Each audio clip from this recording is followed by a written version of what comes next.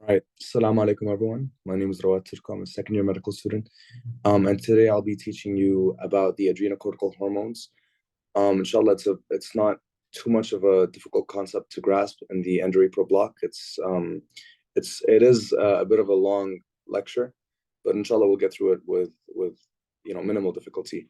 You should have been taught already the gross anatomy of the adrenal glands, so I'll just go through that very quickly. So again, the adrenal glands are located superiorly to both kidneys, and they're endocrine glands, meaning that they secrete hormones and things into the bloodstream.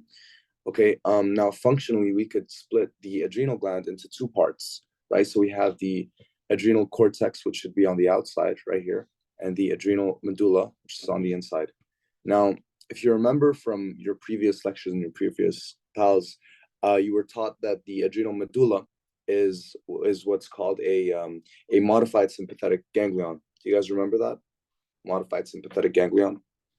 Yes.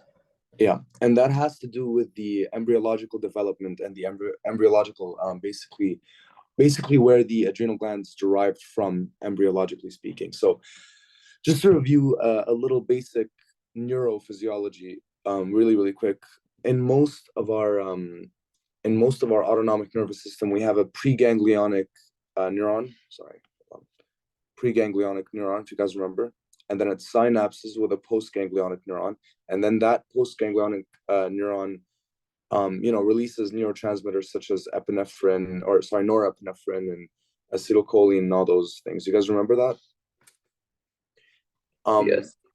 Now, when we say that the medulla is a modified sympathetic ganglion, what we mean is that when it comes to the adrenal medulla specifically, instead of having this thing where it's a preganglionic neuron and then a postganglionic neuron, what we see instead is the preganglionic neuron immediately going and innervating directly the adrenal medulla. And then the adrenal medulla basically acts like the postganglionic neuron, and that then it goes and secretes, this time not things like that, not like neurotransmitters, but it secretes actually catecholamines, right? Catecholamines into the bloodstream. Catecholamines. So that's, sorry, cut off at the end there. But that's what we mean when we say that the adrenal medulla is a modified sympathetic ganglion. It just means that it's acting like a postganglionic neuron. Okay, now back to the adrenal gland as a whole. Again, it's located superiorly to both kidneys, bilaterally, meaning on the left kidney and the right kidney. And again, split into the medulla and the cortex. The cortex itself can then be split into three layers. So ignore the capsule, right? That's just a little adrenal capsule that's on the top, but that's not really functionally important. And then we have the first layer, which is located, most superiorly, or I guess most outwardly, the zona glomerulosa, and then the zona fasciculosa, and then again, most innermost layer in the adrenal cortex, we have the zona reticularis. Now, it's important for you guys to learn how to be able to tell those layers apart in an actual histology slide. So I found here a little histology slide for you guys of the adrenal gland. So again, what we see here is the capsule, not very functionally important. It's just some thin collective tissue. And then we have in the actual cortex, the adrenal cortex, the first layer, which is the zona glomerulosa. You guys can see this is the cortex right here, right? And this is the zona glomerulosa. It looks like little circles. That's how you're going to be able to tell, right? And it looks a bit, it says here in the website that it's lipid filled, which is why it has a bit of a foamy cytoplasm. And then the zona fasciculata, which is usually the most easily distinguishable because it just looks like lines running up and down, right? Can you guys sort of appreciate the lines running up and down? That's the zona fasciculata, right? And then the most innermost is the zona reticularis, and that one's easier to tell just because it's the most innermost layer of the adrenal cortex, so it's easily distinguishable from the zona glomerulosa or even the zona fasciculata. Okay, and then again you have the medulla, but right now we're talking about the cortex, so we can just look at the medulla very briefly. But can you guys see the different layers in the adrenal cortex? Right? Yes. Okay, perfect. It's important for you guys to be able to distinguish one from the other. So back to this slide. Again, we have these three layers, the zona glomerulosa, zona fasciculata, and the zona reticularis. A mnemonic, not much of a mnemonic, I guess, but just a little something to make it easier to remember is just to remember GFR. Do you guys remember what GFR is from your renal block? Yes, glomerular filtration rate. Right. Okay. Exactly. Glomerular filtration rate. If you guys remember that, then that's good enough to remember the layers of the adrenal cortex because G stands for glomerulosa, F stands for fasciculata, and then R stands for reticularis. Again, this is in no way connected to the renal GFR, right? It's just a little way to be able to remember the layers of the adrenal cortex. Okay. And we'll talk about in more detail, we'll talk about what each layer of the adrenal cortex is responsible for and which hormones they secrete. Okay, another thing to remember is that because we said that the adrenal gland is split into the adrenal cortex, let me go up here. The adrenal, right? The adrenal cortex and the adrenal medulla. We can remember that the adrenal cortex is responsible for releasing steroids, and the medulla is responsible for secreting catecholamines is what I said. So if you ever hear steroid hormones or corticosteroids, we're talking about the adrenal cortex. Okay, let's get started. So now we have something called the HPA axis. HPA stands for hypothalamic pituitary adrenal axis. And if you guys have been keeping up with your endorepial block so far, you should know that the way that things work in your endocrine system is basically the hypothalamus releases something. So I'm just going to write hypothalamus releases something to stimulate the pituitary, and then the pituitary secretes something to stimulate, something or another, either a third endocrine gland or just its target organ or its target gland. Okay, in this case, this third thing would be the adrenal gland. Now, the adrenal gland is responsible for secreting a number of different steroids and catecholamines and things like that, but the HPA axis basically refers to if the adrenal gland were to release something, let's say steroid X, just because we haven't learned about it so far. We'll go into what the adrenal gland secretes later. But if the adrenal gland were to secrete this steroid hormone X, then this thing would go back and would inhibit whatever the pituitary releases. In this case, it would be ACTH. So it would inhibit this, and it would inhibit whatever the hypothalamus secretes, and that would be, in this case, the CRH, which is the corticotropin releasing hormones. Okay, this is what basically the HPA axis is. It basically just tells us that in order to once the final organ or final endocrine organ, the adrenal gland in this case, secretes those hormones would then go back and inhibit whatever hormones are secreted by the hypothalamus and pituitary in order to stimulate those final hormones to be released. Okay, and this is just a way of feedback regulation. We call this feedback inhibition. It could either be inhibition or it could be activation. In this case, it would be inhibition, right? But this is just a way to regulate the number and the amount of hormones that are present in our bodies at all times. So if we have if we have something wrong with the adrenals, like we'll see in a few of our clinical scenarios. Why isn't my pen working anymore? Give me a second, guys.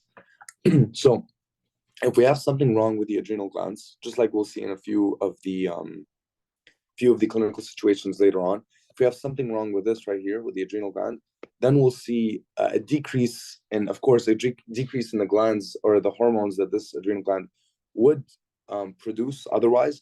And because we have low levels of the adrenal gland hormones, then we see an increase in the hypothalamus and the pituitary hormones. That would be the CRH and the ACTH as a response for the loss of the feedback inhibition from the adrenal gland. Does that make sense?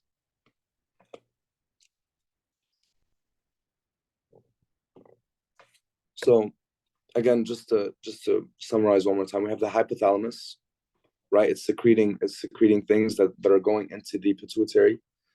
And then those pituitary, this is a bit of an overcomplicated diagram, but just to sum it up very quickly, the hypothalamus is secreting things to activate the pituitary, and the pituitary would then be secreting ACTH in this case to activate the adrenal medulla. and then the adrenal or adrenal medulla and the adrenal cortex. The adrenal cortex would then release cortisol, and then cortisol would go back and would inhibit the pituitary and would inhibit the hypothalamus, right? So CRH from the hypothalamus and ACTH from the pituitary. Okay, and then again, this also goes for whatever the pituitary secretes. So if the pituitary is secreting ACTH, that's going to go back and it's also still going to inhibit the hypothalamic corticotropin releasing hormone. And this is again just a way to regulate the levels of hormones in our body. Okay, so steroid hormones, again, these are secreted by the adrenal cortex. Okay, so we have different kinds of steroid hormones, but the main precursor of all of the steroid hormones is going to be cholesterol. Okay, in the adrenal cortex, it's either going to be aldosterone or cortisol. In the ovaries, it's going to be estrogens and estradiol, testosterone, all of those things. Okay, these are all steroid hormones. The main precursor is cholesterol. Okay, so just read this quickly. Again, something that Dr. Yaqeen likes to do in his slides is include shapes and basically the structure of different hormones. So he says here that there are 4 labeled rings: A, B, C, and D, ketone groups, hydroxyl groups, C11, C21. All of these are very, very low yield. They're not very important for you guys to know. Usually, I'm not sure if he has, but usually Dr. Yaqeen and other doctors, they'll actually tell you don't need to memorize the structure and the structure of these hormones. Did Dr. Yaqeen tell you anything similarly when he was teaching this lecture?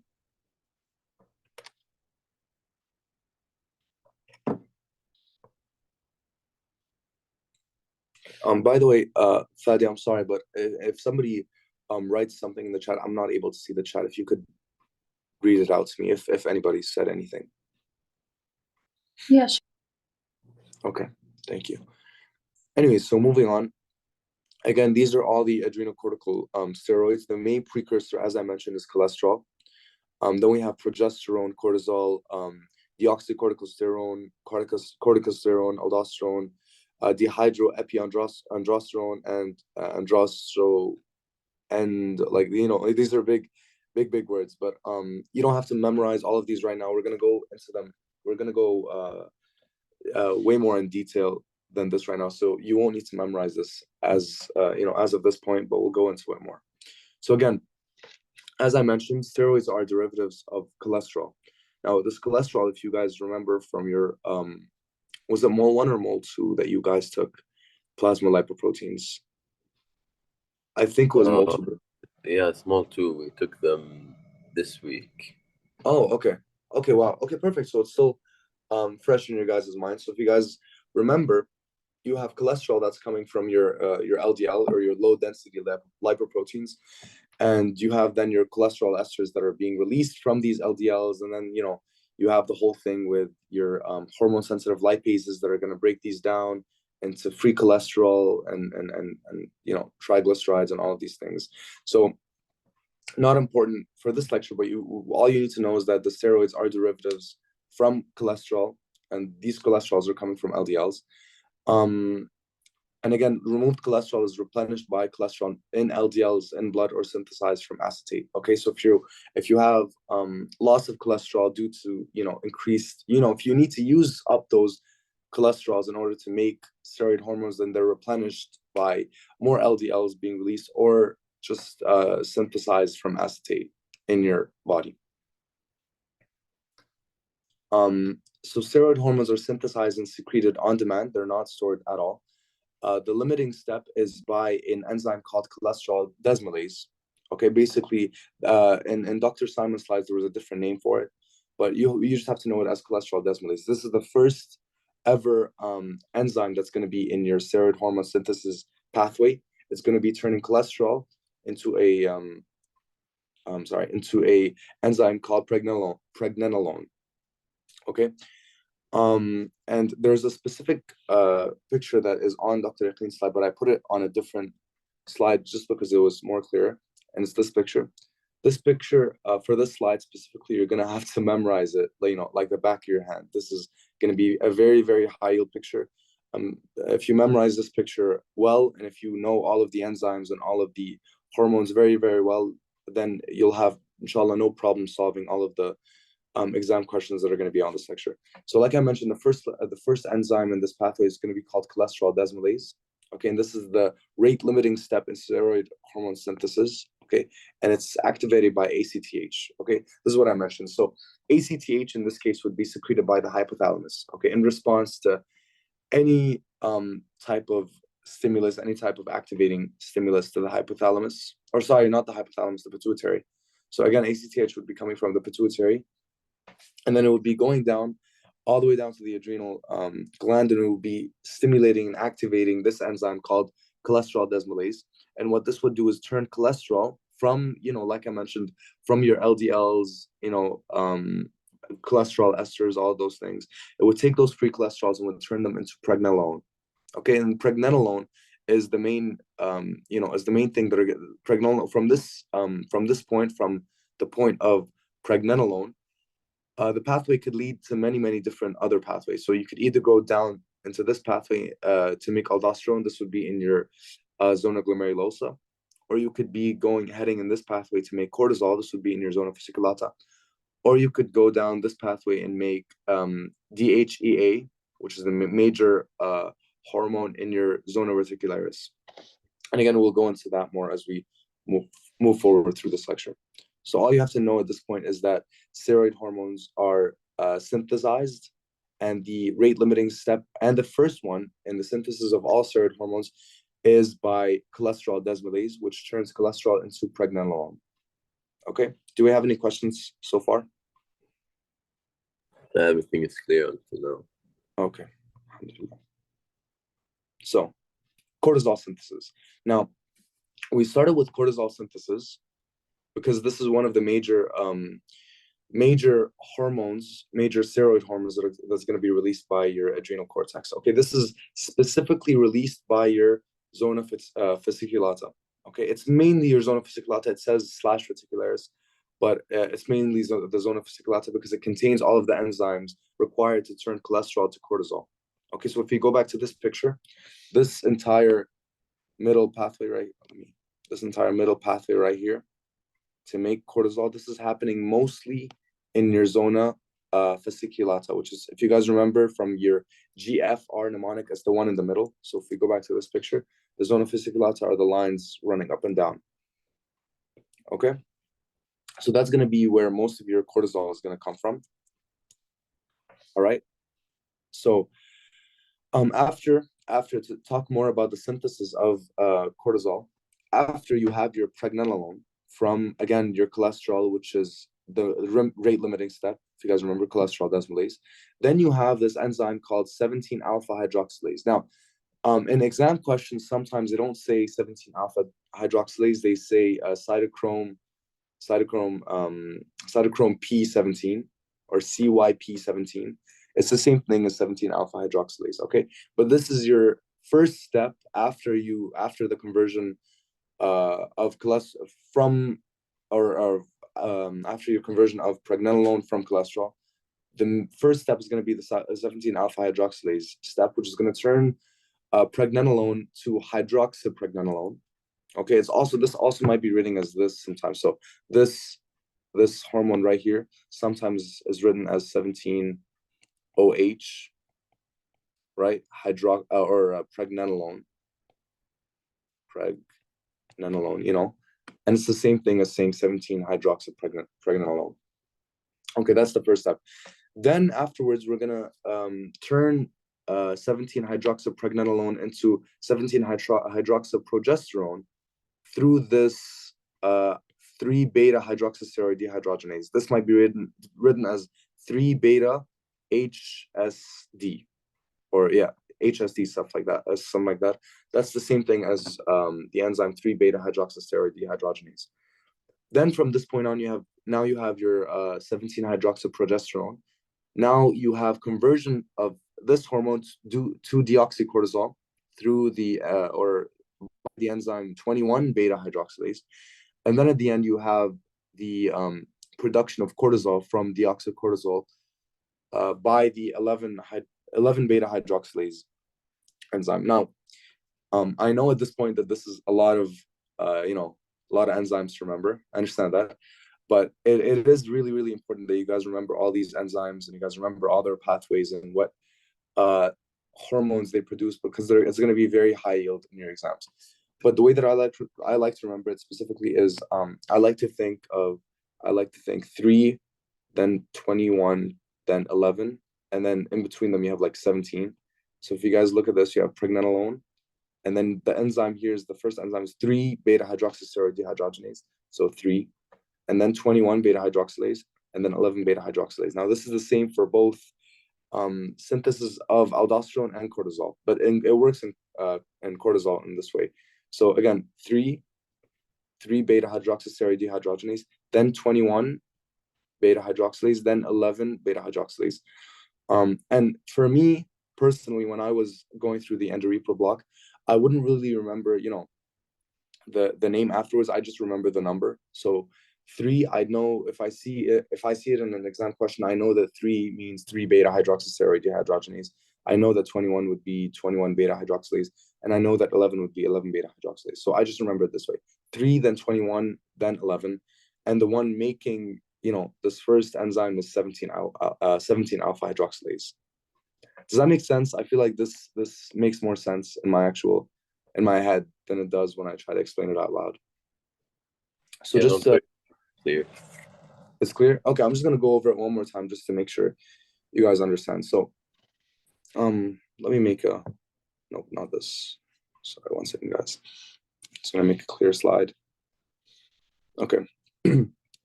So we have cholesterol, right, coming from LDLs and stuff like that. That's gonna be making pregnenolone. I'm just gonna write preg through the desmolase or cholesterol desmolase, which is again the rate limiting step. From here you have 17, right? And then whatever it is here.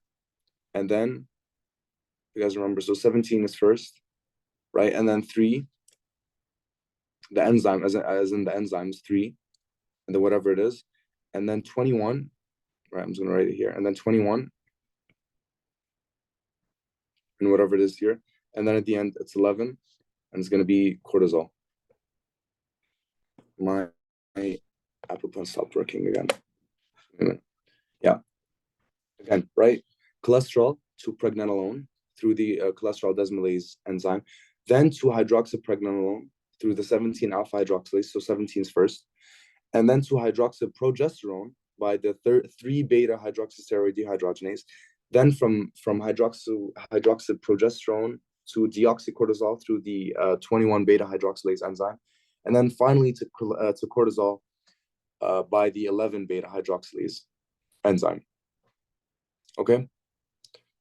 Now, the way that this works is that in order to get anything on this side, right? You see all these enzymes. Hold on, let me just clear this out again. See, all of this is a big pathway, right? As you guys see, this is the biosynthesis of all adrenocortical hormones, regardless of which layer we're talking about in the adrenal gland. This is what it all looks like. So if we have, for example, a deficiency in this enzyme, 17 alpha hydroxylase, which is a very, very important enzyme. If we have a deficiency in this enzyme, then we can't make any single enzyme on this side. So anything here, every single thing here, we cannot do, which would mean that we have all of the cholesterol being shuffled in this pathway to make aldosterone. Does that make sense? This is very important. We're going to touch on this concept later, but this is very important when we're talking about clinical cases. Okay, because similarly, if we have a deficiency in, for example, 21 beta hydroxylase, then we wouldn't be able to make anything past here or here, right? Because it's the same enzyme. If you guys can see, 21 beta hydroxylase, right? And similarly, if we have a deficiency in 11 beta hydroxylase, then we'd see again something sort of similar, but in this case we'd have deoxycorticosterone, which has similar actions to aldosterone. So you wouldn't have all of the symptoms of this case and that case. I don't know if this is making too much sense as of right now, but we'll get into this more. I just want you guys to get the major concept, which is some of these enzymes are basically used in different steps. Like, for example, here, this is used in 2 steps at 21 beta hydroxylase or even 11 beta hydroxylase. So a deficiency in one of these enzymes would basically affect both pathways, if that makes sense. Okay, let's go back to the actual slides and see what else we can get. So again, I've explained all of this. So the zona fasciculata contains all the enzymes required to convert cholesterol to cortisol. So the first one would be desmolase, as I mentioned. And then we would have 17-alpha hydroxylase, which turns pregnenolone to 17-hydroxypregnenolone, then 3-beta hydroxysteroid dehydrogenase, then 21-beta hydroxylase, and then finally 11-beta hydroxylase. Okay, and this is the same exact diagram that I was using in the last few minutes. So cortisol is not the only steroid in the pathway with glucocorticoid activity. Corticosteroid is also a glucocorticoid. Now, I want to explain the whole thing about glucocorticoids. Now, cortisol, if you guys know, is another name for it would be the stress hormone. Okay, cortisol basically, its main function is metabolic. So what it does is it maintains your blood glucose is one of the things that it does. It also sensitizes your adrenergic receptors in your heart, so it increases your cardiac output and your blood pressure and stuff like that. It also increases bone resorption. It does a number of things, but the main thing is the thing with the blood sugar. That's why it's called a glucocorticoid, right? Stress hormone. That's the most high yield, basically high yield function of this hormone, cortisol. Okay, but what they're trying to tell you is that cortisol is not the only steroid in the pathway with glucocorticoid activity, but corticosterone is also a glucocorticoid. So corticosterone, if you guys remember, I said it was right here. Right, this is corticosterone, and look at that. It's not even in the same sort of pathway as cortisol. It's in an entirely different pathway. Now, this is high yield for this next point, which is that if the 17-alpha hydroxylase step is blocked, the zona fasciculata still can produce corticosterone without deleterious effect. Thus, cortisol is not absolutely necessary to sustain life. Now, this is why I mentioned that the last point was so important, because sometimes a deficiency in one enzyme can have specific, clinical presentations, but then a deficiency in another enzyme would sort of have entirely different clinical presentations. So in this case, if we're talking about 17-alpha hydroxylase, then like I mentioned, we can't make anything here, right? We can't make cortisol. This is the most important thing that we're talking about right now. If we have a deficiency in 17-alpha hydroxylase, then we can't make cortisol, because you need 17-alpha hydroxylase to turn pregnenolone into 17-hydroxypregnenolone. But, and this is what is so important, corticosterone right here has a very, very similar function, or has similar effects to cortisol. So a 17-alpha hydroxylase deficiency, in terms of just glucocorticoid synthesis, is not going to be that important or that clinically significant, just because corticosterone has a very similar function to cortisol, and it's still able to be synthesized when you have a 17-alpha hydroxylase deficiency, or even a block in this step, in the 17-alpha hydroxylase step.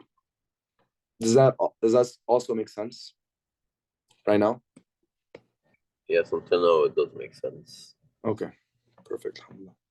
Okay, now next point, a block at the cholesterol desmolase, 3-beta hydroxysteroid dehydrogenase, 21-beta hydroxylase, or even 11-beta hydroxylase steps are devastating, as they can prevent production of cortisol and corticosterone. So when we're talking about glucocorticoid synthesis, the only step that we could probably manage to lose or manage to be deficient is the 17-alpha hydroxylase step.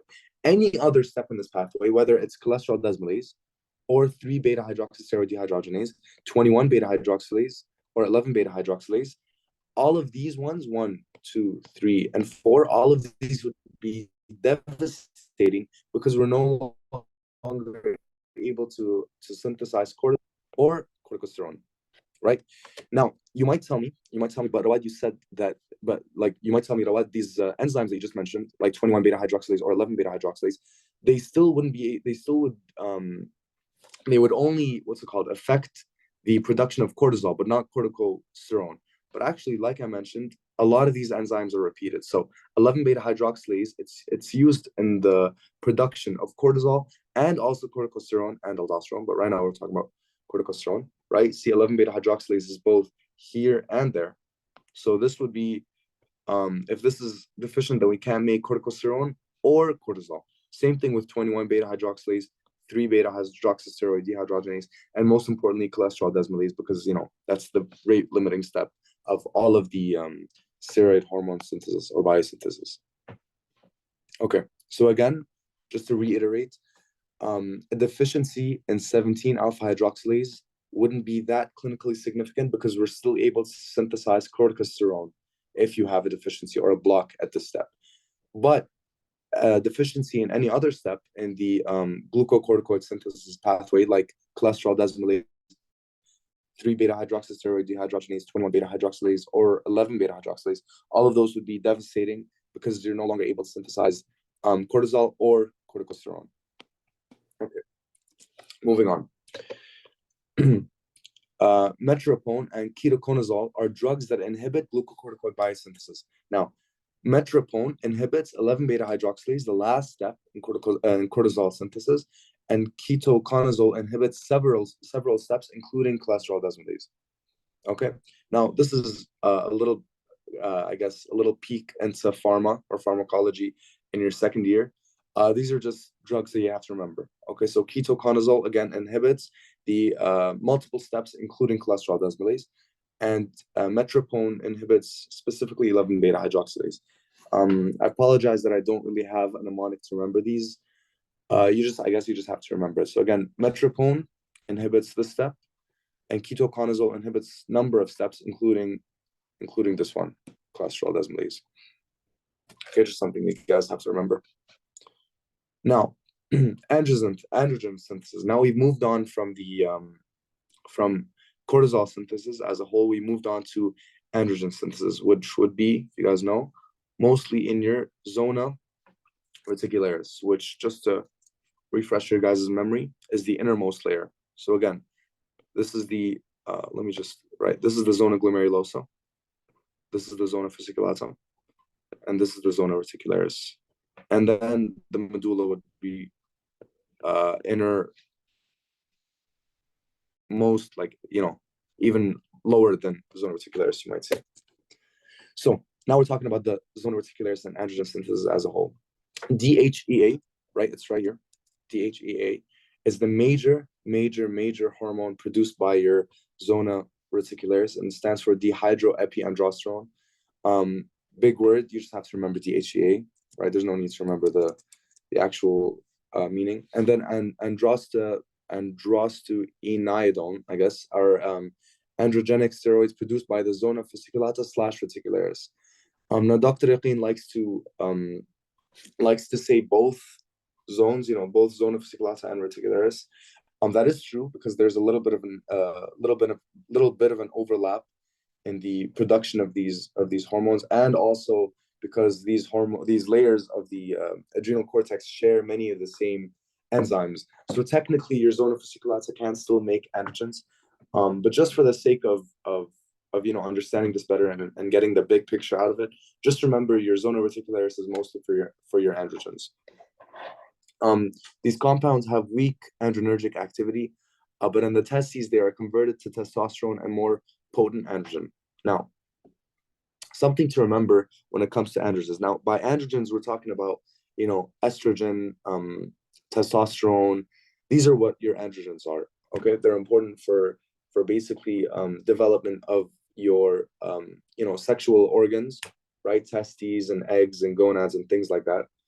But the important thing to remember is that in males, the adrenal cortex doesn't have a very important role to play in your androgen synthesis, because most of your androgens or most of your male hormones are coming from your testes. right? So it says right here, in males, and adrenal androgens are of little significance because the testes produce their own testosterone from cholesterol and they do not require the adrenal precursors. But in females, the adrenal cortex is one of the major sources of androgenic compounds. Okay, so so in cases where you have your androgen synthesis affected, and we'll talk about those cases in a little bit. In males, it's not as serious as it is in females because, again, the androgens that are produced by your adrenal gland for males are not are of very little significance because the majority of your adrenal hormones are coming from the testes. But in females, the adrenal androgens are actually very important because the eggs cannot produce basically their own androgenic compounds, at least not without the adrenal precursor or the androgenic precursors that are coming from the adrenal gland. So again, the precursors for the adrenal androgens are 17-hydroxypregnenolone and 17-hydroxyprogesterone, which are converted to androgens by removal of the C20-21 side chain. Again, this last part, C20, C21, not that high yield, but you do have to know the precursors for the adrenal androgens. So again, there are 17-hydroxypregnenolones, as you can see right here, because this 17-hydroxypregnenolone needs to be, again, turned into dehydroepiandrosterone by this enzyme, 1720 lyase. And then hydroxyprogesterone is the same thing. It's going to be turned into androstenedione, I guess. And that's what they're trying to tell you, that the precursors are this and this. So if you have a deficiency in the enzymes that are going to give you 17-hydroxypregnenolone, then you would also see an effect in the androgen synthesis because you no longer have one of the precursors. Okay? Does that make sense so far? Yes. Okay. Alhamdulillah. Okay, and again, it's the same diagram that we've been looking at for this entire time. Now, we're moving on to aldosterone synthesis. Now, you guys notice that we're talking about cortisol and androgens without going into too much detail about on what they're about specifically, and that's because your endoreproductive block is a very clinical based block. You would need to in order to understand what exactly the hormones are meant for, you would need to understand clinical situations where those hormones are deficient in order to see what sort of presentations or what sort of clinical presentations you might have in order to know what exactly these hormones do. So right now we're just going into the biosynthesis of them, and later on we'll be going into a few clinical scenarios, and that's when you'll be able to tell them apart, or tell which hormone's responsible for which clinical scenario. So again, moving on to aldosterone, that's your basically it's produced mostly in the zona glomerulosa. Now I remember I gave you guys the mnemonic. Let me go back. I gave you guys the mnemonic GFR. Now I want to give you guys another mnemonic, which is ACD. Okay, basically just the alphabet, just drop the B. So ACD, and just match this one with the other one. So G is for A, F is for C, R is for D. G stands for, again, like we mentioned, glomerulosa for zona glomerulosa, produces aldosterone. F is for your zona fasciculata, and again, that produces C, cortisol. And then R, like we mentioned, reticularis, produces DHEA, or dehydroepiandrosterone. Okay? This is, again, a simple mnemonic. So if they say there's something wrong with your aldosterone synthesis, then you know it's likely a problem in your zona glomerulosa because G goes with A, F goes with C, and R goes with D. Okay, so GFR, ACD. Now, the major mineralocorticoid in the body is aldosterone. Now, we said that cortisol is a glucocorticoid. Now we're saying that aldosterone, which is again produced by the zona glomerulosa, is a mineralocorticoid, which is for minerals. And if something's for minerals, then, what's something that you think of when you think of minerals? Any type of mineral. You think salt, right? And that's basically what the role of aldosterone is. Aldosterone is basically the hormone responsible for salt retention and water retention. If you guys remember from your renal block, you should be already very well aware of what aldosterone does, and the renin-angiotensin pathway. Now, one thing to remember about the zona glomerulosa, or the aldosterone synthesis as a whole, is that it's very minimally affected by levels of ACTH.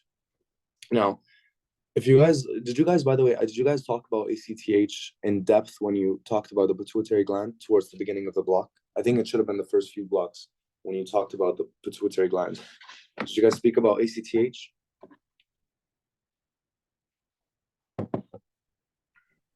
To be honest, I don't clearly remember, but Okay. So just to refresh your guys' memory a little bit, the adrenocorticotropic hormone, or ACTH, is a hormone that's secreted by your pituitary gland in order to basically stimulate the adrenal gland, or specifically the adrenal cortex, to secrete more and more hormones. So everything we've talked about so far, primarily cortisol, but also to a minor extent, or to a little bit of a lesser extent, androgens, are basically activated by levels of ACTH from your pituitary gland. Okay, so ACTH basically, in response to, let's say you have a patient who has very low cortisol in their body. Okay, in order to then increase the levels of cortisol in their body, the pituitary gland would secrete high levels of ACTH, because then ACTH would go down and would stimulate the biosynthesis of cortisol. Okay, so in response to high levels of ACTH, you would have more production of cortisol and your adrenocortical hormones and things like that. Now, I mentioned this now because there's a slight exception, and that's in the biosynthesis of aldosterone. So the level of zona glomerulosa, or even aldosterone synthesis as a whole, is not very, it should say somewhere right here, is not very dependent on levels of ACTH. Rather, it's dependent on levels of renin-angiotensin and that entire pathway. Do you guys remember that? Renin-angiotensin and aldosterone and yes. things. Yeah. So for the zona glomerulosa, it should say somewhere here. Okay. Might not say somewhere here, but basically, yeah. So the zona glomerulosa is more affected and impacted by levels of renin and angiotensin, and not so much by levels of ACTH.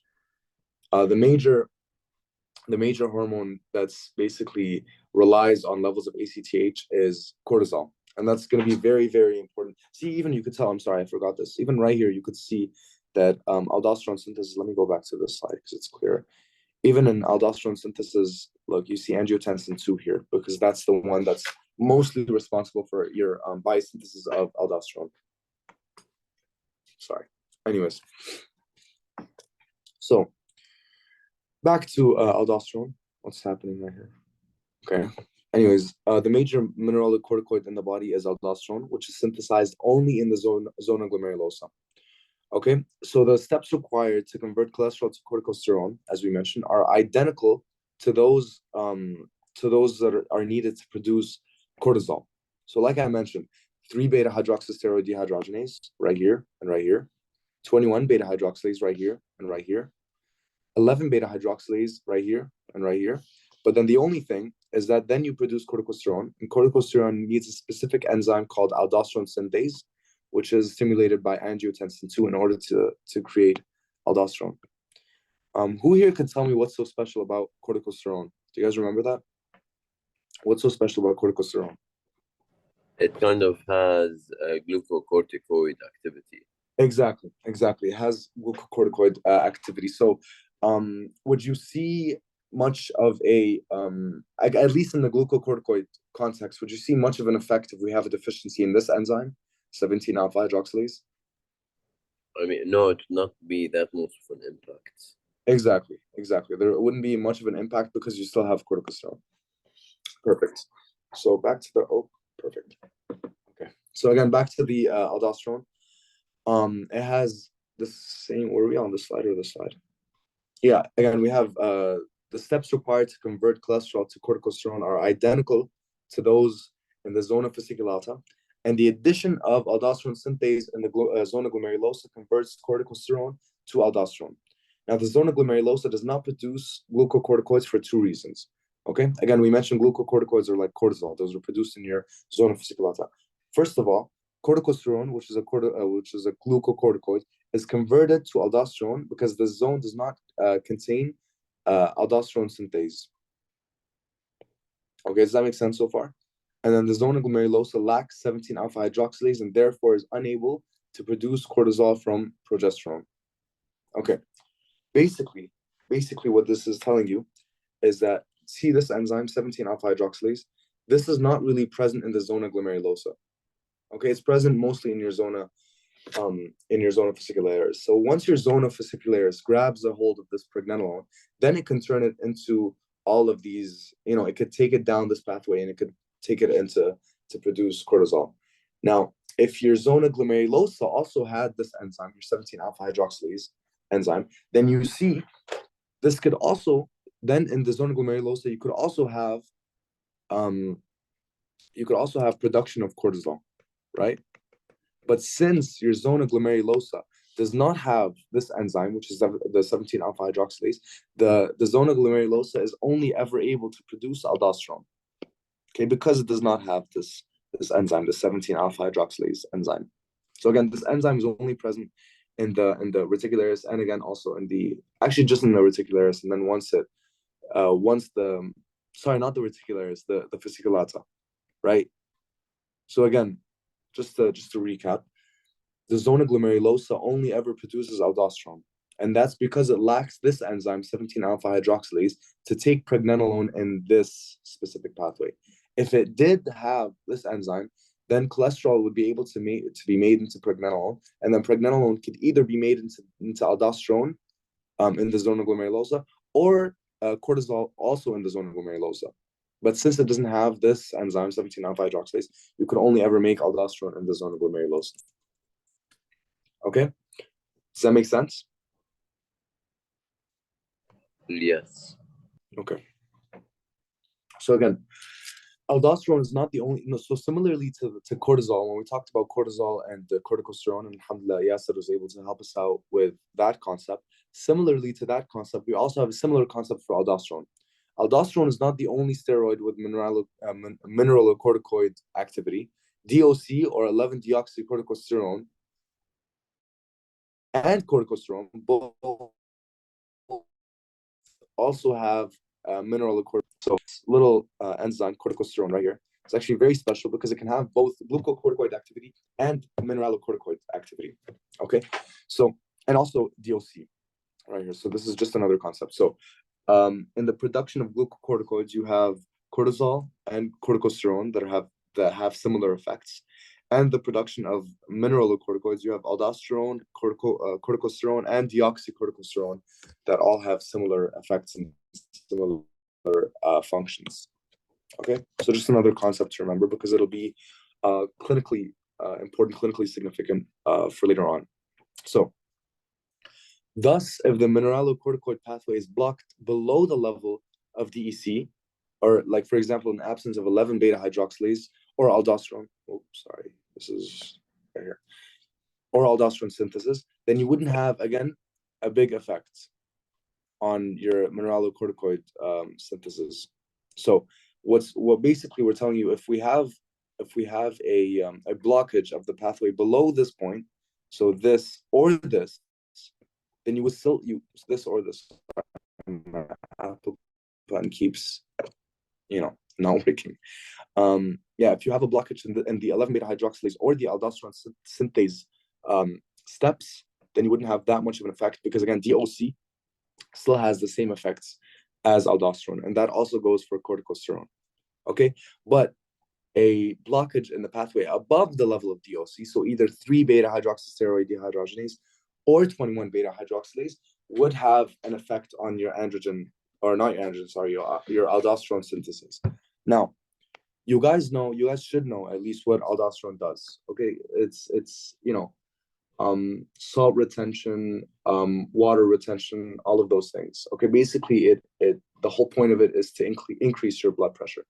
So can you guys tell me what would happen if we have a deficiency in, let's say, 21 beta hydroxylase? But just and tell me what would happen in the context of mineralocorticoid synthesis.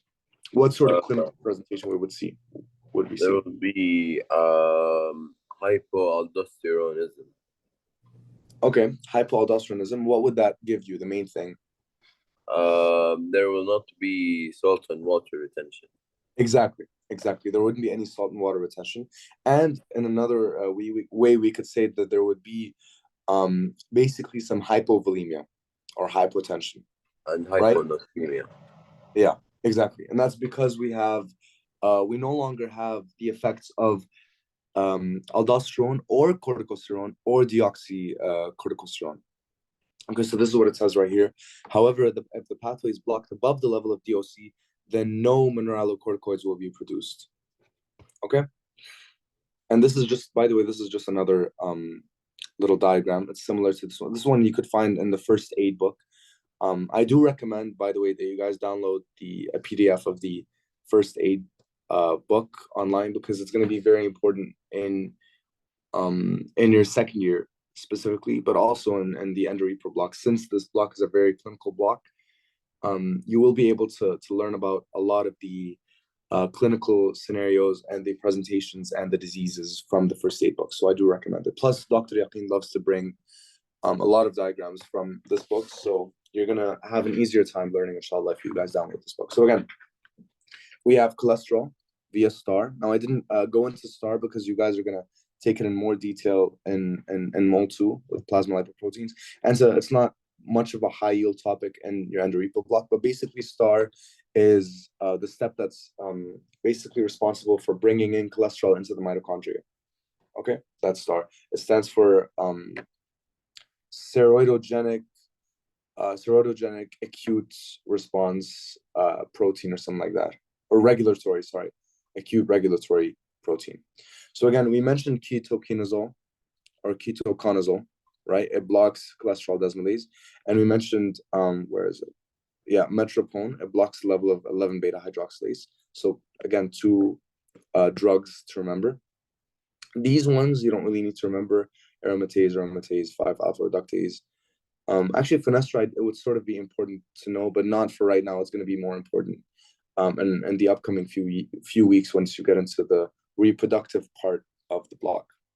So again, cholesterol to pregnenolone through cholesterol desmolase. Then if we're talking about in the zona glomerulosa, then to 3-beta hydroxysteroid dehydrogenase, to progesterone, then to deoxycorticosterone, DOC, then to corticosterone, then to aldosterone. So again, these last three enzymes in this pathway, aldosterone, corticosterone, deoxycorticosterone, all three of them have mineralocorticoid effects and effects.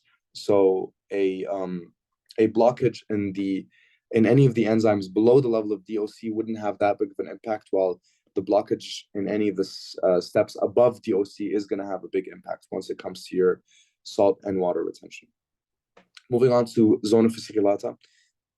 This is where the 17-alpha hydroxylase enzyme is present. So you would have pregnenolone turning into 17-hydroxypregnenolone, then to 17-hydroxyprogesterone, then to deoxycortisol, then to cortisol, and then maybe to cortisone. But this is not very high yield. You just have to remember to cortisol. Okay? So again, 3 right here, 21, 11. So 3, 21, 11, heading down. And then 17-alpha hydroxylase basically connecting the mineralocorticoid pathway to the glucocorticoid pathway.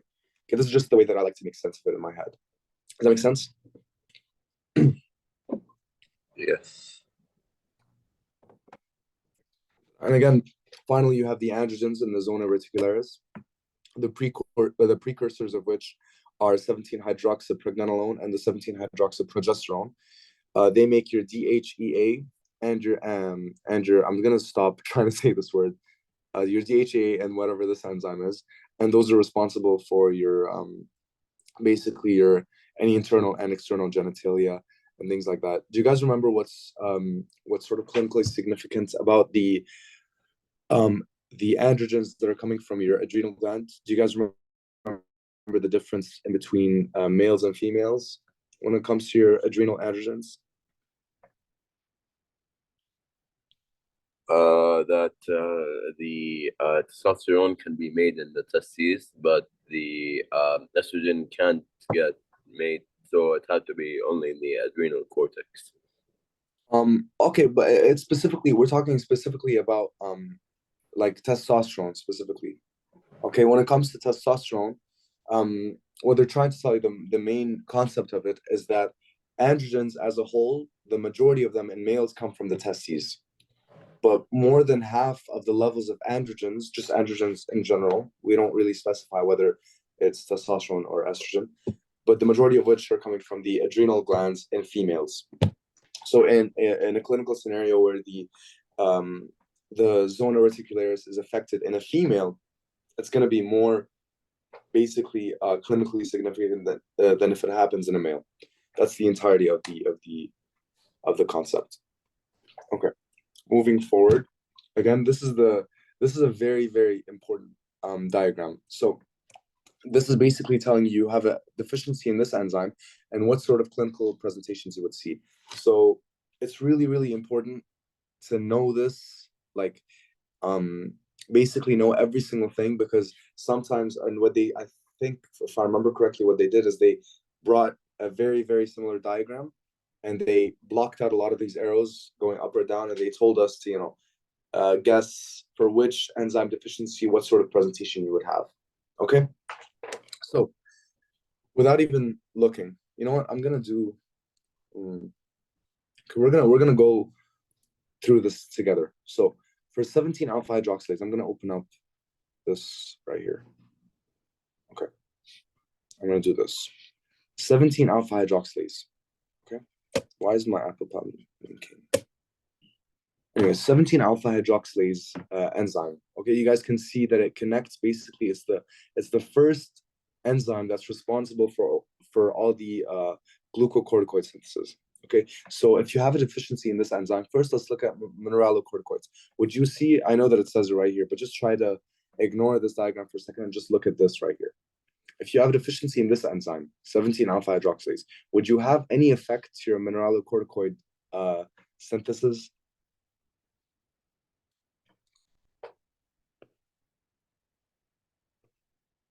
No, right? You wouldn't have any changes to this. So this would still be increased. That's what they're trying to tell you. This would be increased when you have 17 alpha hydroxylase. Mineralocorticoids would be increased. Why? Because again, if you have a deficiency in this and this, then all of the cholesterol and all of the pregnenolone are basically being, funneled into this specific pathway. And they're all going in the direction of this pathway. Since none of them can be heading towards any pathway, on the right of this step, 17 alpha hydroxylase, they're all going to be funneled into this pathway. So your aldosterone is going to be up. Okay? So you would have mineralocorticoids as increased. Cortisol, very obviously, would be decreased because you don't have the precursors for cortisol, which are hydroxypregnenolone and hydroxyprogesterone. Okay? Sex hormones, which are androgens, again, hold on, sex hormones, which are androgens, again, would also be decreased because you don't have any 17 alpha hydroxylase that are giving you the precursors of androgens. Blood pressure would be increased. Can somebody tell me why blood pressure would be increased in this case? Aldosterone. Aldosterone, exactly. Potassium would be decreased. Now, potassium has a specific role in this lecture. It's not as high yield, so I'm gonna leave it for you guys to sort of look for the potassium of it all in this lecture. But you don't really need to know too much about the whole potassium thing. It's not as high yield. You really just want to focus on the cortisol, the sex hormones, the blood pressure, and the presentation. right here. Okay, and labs you would have decreased androstenedione. Like wait, hold on. You know, let me just get this word. Androstenedione, right? That enzyme. That's what you would find, decreased levels of this enzyme. Okay, presentation again in XY you would have ambiguous genitalia and undescended testes, and in XX you would lack secondary sexual developments. Okay, this is important. Why do you think that is? Because there's no androgen synthesis. Okay, does that make sense so far? Yes. Okay, so it's important that you guys link these presentations with the actual findings of this enzyme deficiency, because otherwise if you don't, then you will just get confused between all the different presentations, because a lot of these enzymes have overlapping functions, and basically they're part of the same pathway. So two enzymes can have very similar presentations. So just that's why I told you that it's so important to remember this specific diagram, because if you remember this specific diagram, then you wouldn't need to remember or memorize any of the clinical presentation. You could just see that, oh, you have a deficiency in this enzyme, so no cortisol and no androgens and a lot of aldosterone. If you have a lot of aldosterone, then you have high blood pressure. If you have no androgens, then you would have ambiguous genitalia in males and no secondary sexual development in females. Okay, moving on to 21 beta hydroxylase, this enzyme right here. If you have a deficiency in this enzyme, can somebody tell me what would happen in this specific pathway, in the mineralocorticoid pathway? Wait, which one was blocked? Mm-hmm. If this step, the 21 beta hydroxylase enzyme was, there will be no mineralocorticoid activity, since both 21 beta hydroxylase, since it can't turn progesterone to 11 DOC, there can't be any mineralocorticoid activity. Exactly. Perfect. Thank you so much, Yasser. Yeah. So exactly, if you guys remember, DOC, corticosterone, and aldosterone have very similar effects. So a deficiency in the step above the level of DOC would result in no mineralocorticoids being produced. Okay, and cortisol would also be decreased. Can somebody tell me why cortisol would be decreased? Since as well, the exact same thing, 17 hydroxyprogesterone cannot get turned into deoxycortisol. Exactly. Perfect. And sex hormones, why would they be increased? Since 17 alpha hydroxylase is still active and 21 beta hydroxylase is not working, so it's just going to shift to the Exactly. synthesis. Exactly. Perfect. Couldn't have said it better myself. Exactly. Perfect. Mashallah. Blood pressure, again, like we mentioned, there's no aldosterone, so blood pressure would be decreased. The labs, you have increased renin activity and increased 17-hydroxyprogesterone. Okay. Presentation, most important. This is the most common, by the way, 21 beta hydroxylase deficiency. It presents in infancy because of salt wasting, or childhood because of precocious puberty. Now, in childhood, precocious puberty basically means just puberty that's very early, very early onset of puberty. Okay, that's because you have a lot of androgens in this case. And since you have a lot of androgens, basically puberty is going to start very early for these children. Okay, and salt wasting, again, because you have a lot of aldosterone, right? And in XX, you have virilization. Virilization in females basically just means, like, for example, facial hair is an example of virilization. Deep voice is an example of virilization. That's because they have increased androgens. And from these androgens, you could produce testosterone, right? And if you have a lot of testosterone in a female patient, then you would have this thing called virilization. Basically, it's secondary sexual development that's specifically for males. That's happening now in females because of increased levels of testosterone, because you have a lot of androgens being made in the adrenal gland. Okay. Again, and the last enzyme that we're going to be talking about in this case is 11 beta hydroxylase. Now, for mineralocorticoids, if you have an 11 beta hydroxylase deficiency, then you would have no aldosterone, so aldosterone is going to be decreased, and increased 11-deoxycorticosterone. So this would increase because basically now this hormone DOC has nowhere else to go, so it's going to accumulate because you have no 11-beta hydroxylase, and you would have decreased aldosterone. What would that give you? Basically, it would basically give you a net increase in blood pressure. So this is why it's important to remember that DOC, corticosterone, and aldosterone have very similar effects. So although you don't have any aldosterone being made, you would think that that's going to give you low blood pressure. But no, since we have an accumulation of DOC as a result of this deficiency of this enzyme, you would have a net increase in blood pressure. Okay? I think this should make sense so far. And again, cortisol would be decreased for the same reason that it was decreased in the last case with the 21-beta hydroxylase, and that's because 11-beta hydroxylase is responsible for making cortisol. Now, again, in this case, an 11-beta hydroxylase deficiency, would you or would you not see any basically any glucocorticoid effects? What I'm trying to say is would you see any effect in terms of the glucocorticoid pathway if you have a deficiency in 11-beta hydroxylase?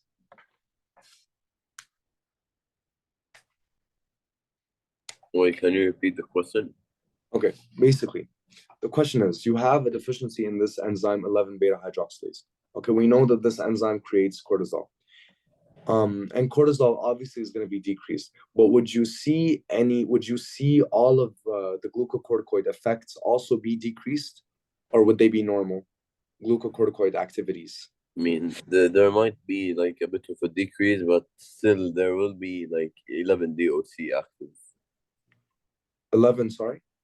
Like 11 DOC also has glucocorticoid activity, so it might be a bit decreased.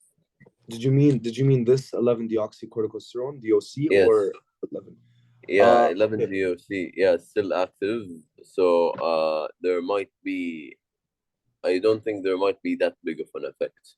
Okay. Well, actually, if you remember, it's the corticosterone, not the DOC, that has glucocorticoid activity. DOC has mineralocorticoid activity, but not glucocorticoid activity. Yeah, then there will be decrease of glucocorticoid. Exactly. That's because although we have corticosterone also has glucocorticoid activity, Yeah, but you're there's no deficient. 11 beta. Yeah, you're deficient in 11-beta hydroxylase, which produces both cortisol and corticosterone. So you have no glucocorticoid activity at all. Okay, moving on. So since you have deficiency in 11-beta hydroxylase, you would have, it's very similar, you would have basically the shifting of the biosynthesis in the direction of androgens, in the direction of sex hormones and DHEA. That's why you would have an increase in sex hormones right here. Blood pressure would be increased, again, as a result of increased DOC. Since you have a deficiency in 11-beta hydroxylase, you see an accumulation of DOC, and that's what's going to raise your blood pressure. Labs, you find decreased renin activity, and that's because since you have already an increased blood pressure, your renin system isn't going to go off to tell you to basically resorb or maintain or hold on to more water. It's not going to happen since you already have very adequate and even some might say slightly increased levels of water retention and salt retention. So you would have low renin activity. Presentation, again, it's very similar to the last case because you have an increased levels of androgens, you would see virilization in females. Okay, now moving on. This was a bit of a this is a lot of your studying for this lecture is going to be focused on this slide because it's going to need a lot of it's going to be very high yield in your exams, and so are the clinical scenarios which we're gonna get into in a bit, inshallah. So, genetic defects in adrenal steroidogenesis. The first one is congenital adrenal hyperplasia. Do you guys know what hyperplasia means? Do you guys know the difference between hypertrophy and hyperplasia? So, okay, this is something that inshallah you learn in your POD block. But just to give you guys a little short summary, hyperplasia. Let me just write this down actually. Is it like increased production of like the cells of the organ? Exactly. Yeah.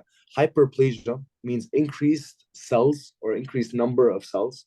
Hypertrophy means increased size of the cells. Right? That's why if any of you guys go to the gym or you exercise at all, you hear the words muscle hypertrophy, and that's because your muscle cells are not actually capable of multiplying. Your skeletal muscle cells are not capable of multiplying. So instead of hyperplasia, which they can't do, they undergo hypertrophy, which is that they increase their size in order to accommodate for all the extra stress and resistance that you place upon them when you're exercising. So in this case, you would have adrenal hyperplasia because you would have increased levels of ACTH. So this is the first case, congenital adrenal hyperplasia. This is when you have a problem in your cortisol synthesis specifically. Remember when I told you that cortisol is the main thing that's responsive to levels of ACTH? So if you have decreased levels of cortisol for whatever reason, it could be deficiency in a lot of the enzymes, but there's a specific enzyme in this case. Again, you have a deficiency in, or you have a decreased levels of this hormone, cortisol. Then as a response of these low levels of cortisol, you would have increased levels of ACTH, and then you would have adrenal hyperplasia because your ACTH is basically telling your adrenal gland, hey, I need more cortisol. You need to produce more cortisol, but there's something wrong with the adrenal gland. It's not able to produce any more cortisol. But again, your pituitary is not going to know that, so it's going to keep producing more and more and more and more ACTH, just as a response for the low levels of cortisol. Okay, and the most common one, as it says here, most common, right, is 21 beta hydroxylase deficiency. So again, same things that we see here: decreased mineralocorticoids, decreased cortisol, increased sex hormones, and decreased blood pressure, and virilization in females, and you have precocious puberty. Okay, so ACTH levels would increase, and you would have virilization of females, which is masculinization, as I said.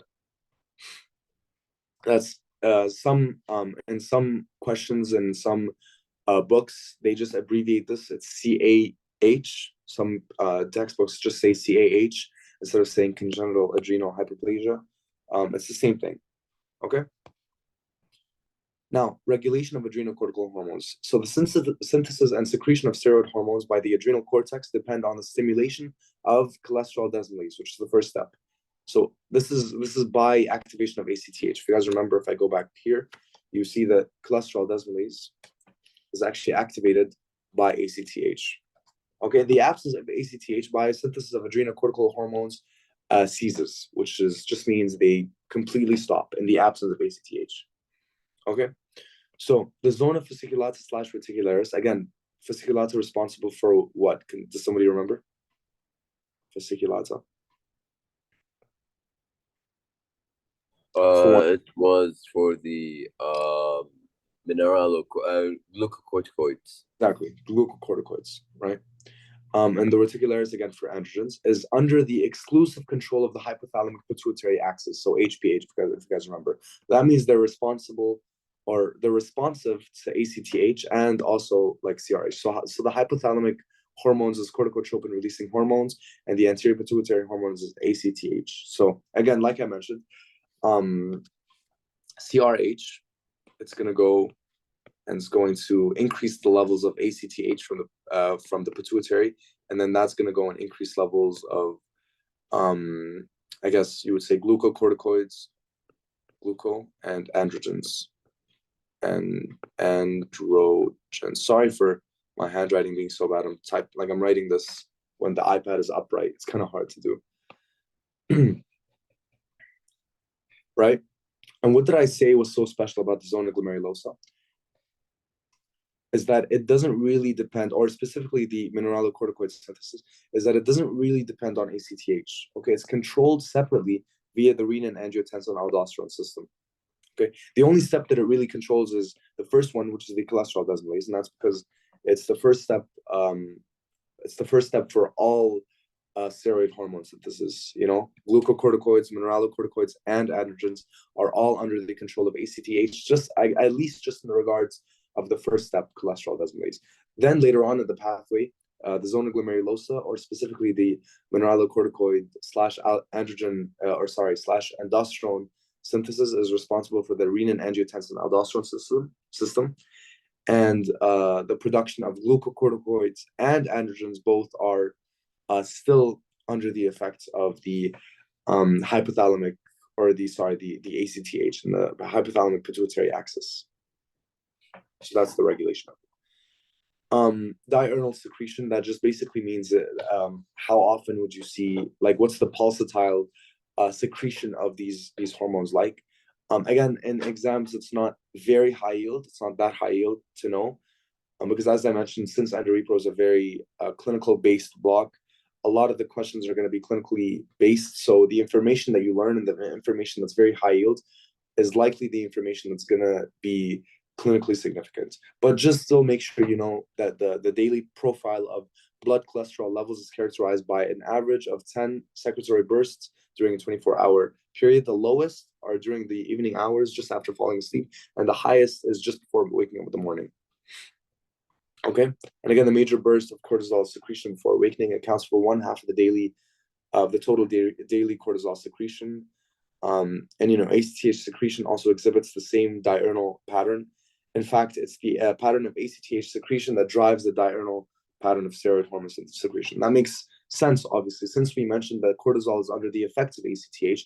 If you have a specific pattern of ACTH secretion, then it would be the exact same identical pattern for cortisol secretion, since this one basically controls the second. And this is what it looks like. So as you see, very low levels right before falling asleep at midnight, and the highest levels just before waking up at 8 a.m. And then a steady gradual decrease throughout the day for cortisol levels. Again, the regulation of cortisol secretion, as I mentioned, as part of the HPA axis, the hypothalamic pituitary adrenal axis, cortisol is going to go back and it's going to actually inhibit a number of steps in this axis. So the first step that it's going to inhibit is that it's going to inhibit secretion of CRH from the hypothalamus. So it's going to go all the way up to the highest level on that axis, and it's going to inhibit secretion of corticotropin releasing hormone. And it's going to also indirectly inhibit CRH by effects on the hippocampal neurons, which synapse on the hypothalamus. This is a bit more of a neuro objective. You don't only need to know the second point. And thirdly, it's going to inhibit the actions of CRH on the anterior pituitary, and it's also going to inhibit ACTH secretion. Okay, so chronic deficiency. This is why I mentioned that it's important in a clinical situation like congenital adrenal hyperplasia.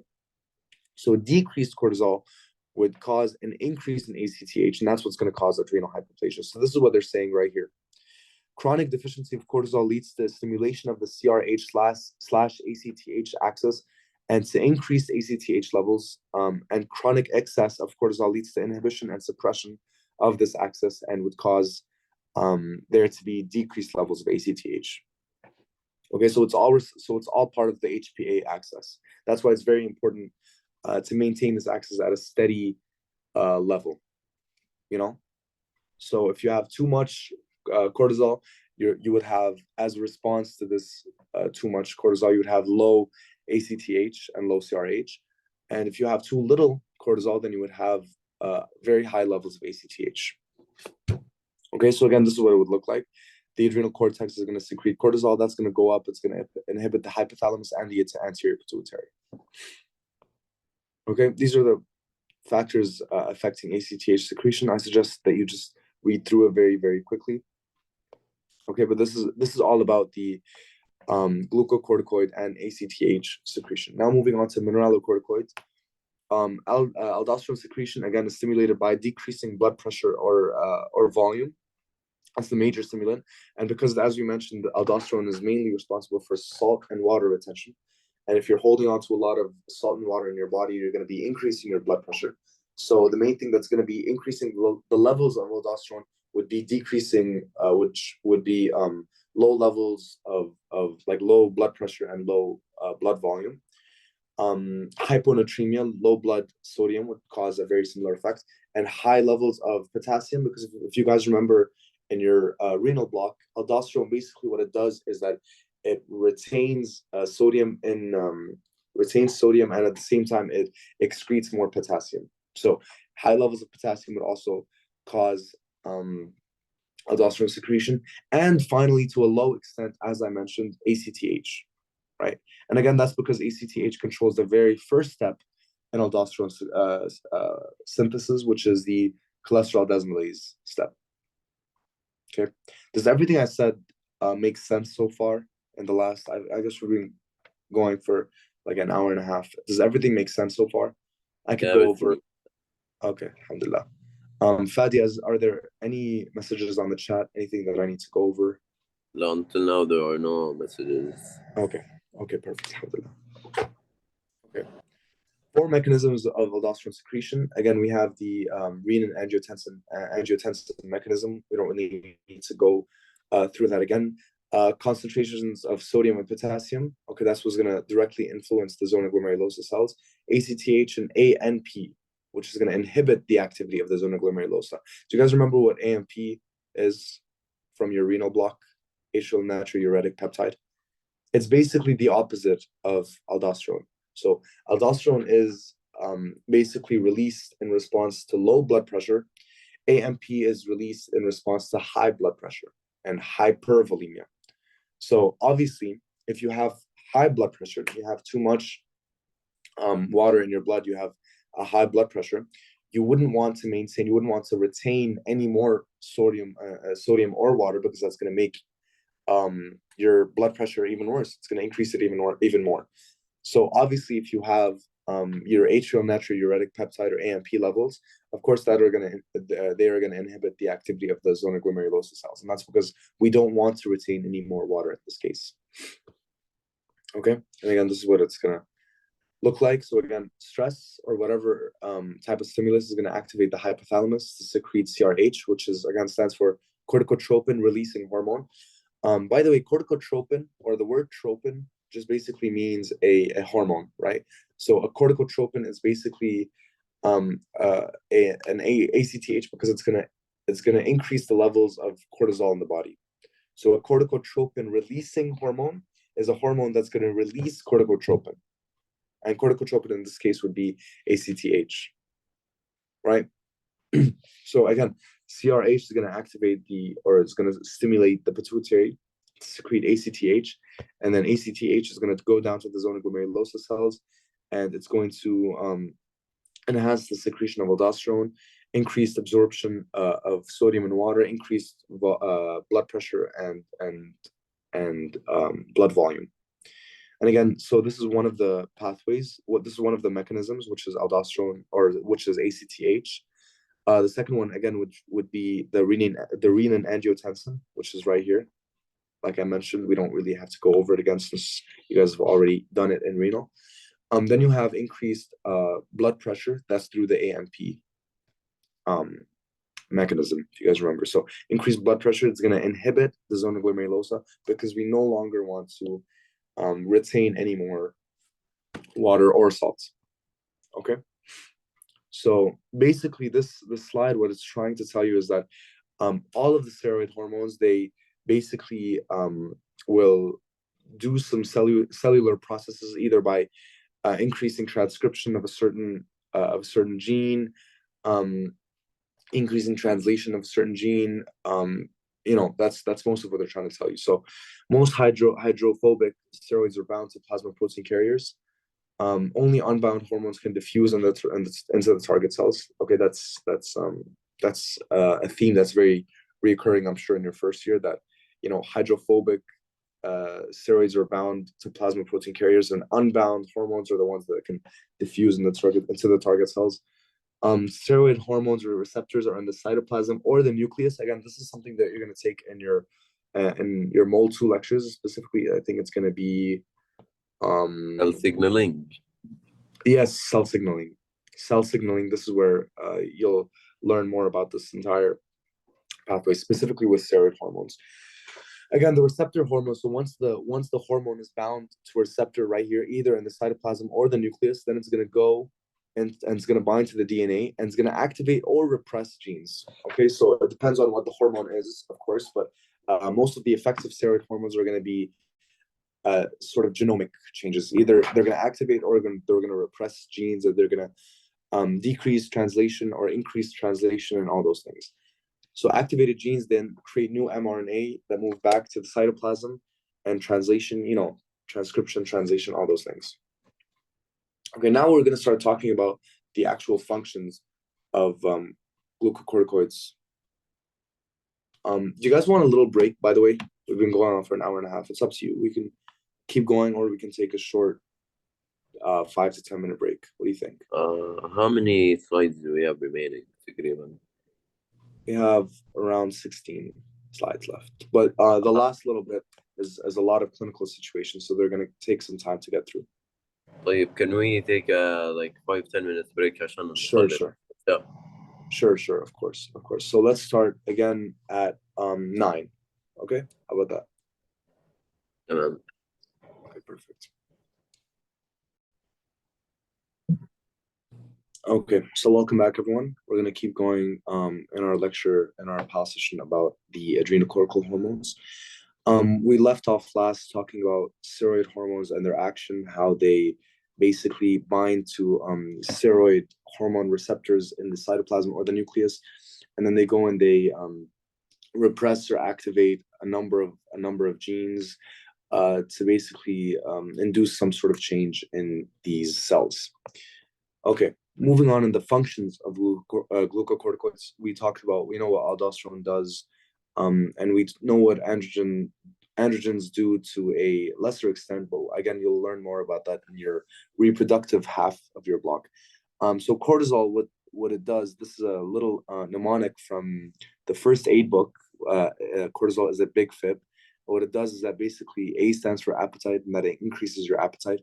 It increases your blood pressure because, as I mentioned, it basically increases the number of adrenergic receptors on the heart, so it upregulates alpha-1 receptors on the arterioles, and it increases sensitivity to norepinephrine and epinephrine. So what's that going to do is that it's going to increase your blood pressure because your alpha-1 receptors on the arterioles are going to cause vasoconstriction. And once your arterioles vasoconstrict, that's going to increase your blood pressure. Third thing, and the I and the mnemonic, is that it increases your insulin resistance, so diabetogenic. Because what's that going to do is that it's going to basically maintain your blood sugar at a higher level, because insulin is going to be secreted, and as we mentioned, GLUT4 isn't going to be, cells can no longer take in glucose through the GLUT4 channels. So that's going to cause the blood sugar to be maintained at a high level. It's going to increase gluconeogenesis, lipolysis, and proteolysis. So it's going to decrease glucose utilization. So basically what that means is your muscles, obviously, they need they need carbohydrates to survive, and they need ATP. Now this ATP can be they can get this ATP from glucose. That's one of the major ways that we get our ATP is from blood sugar. But we can also get it through proteolysis and gluconeogenesis and lipolysis and all those things, right? So in this case, if you have, for example, and when you have high levels of cortisol, you have insulin resistance, and you have gluconeogenesis. So on one hand, you can no longer utilize too much of your glucose because you can no longer even bring it into the cells, so it stays out in your actual blood. And you have gluconeogenesis, lipolysis, and proteolysis. So where do you guys think your muscle cells, for example, will get their energy from, their ATP from, if they can no longer no longer utilize glucose? Lipolysis and proteolysis, since Yeah. since the glucose will be more helpful for the brain, and since brain can only get it from glucose. Yeah, okay, exactly, yeah. In the context of the skeletal muscle, as you mentioned, they're going to be getting most of their energy from gluconeogenesis, lipolysis, and proteolysis. Now take it a step further. Let's say you have a chronic case of very, very, very, very high levels of cortisol. Okay, the thing that you would see with very, very high levels of cortisol in a chronic case is something called muscle wasting.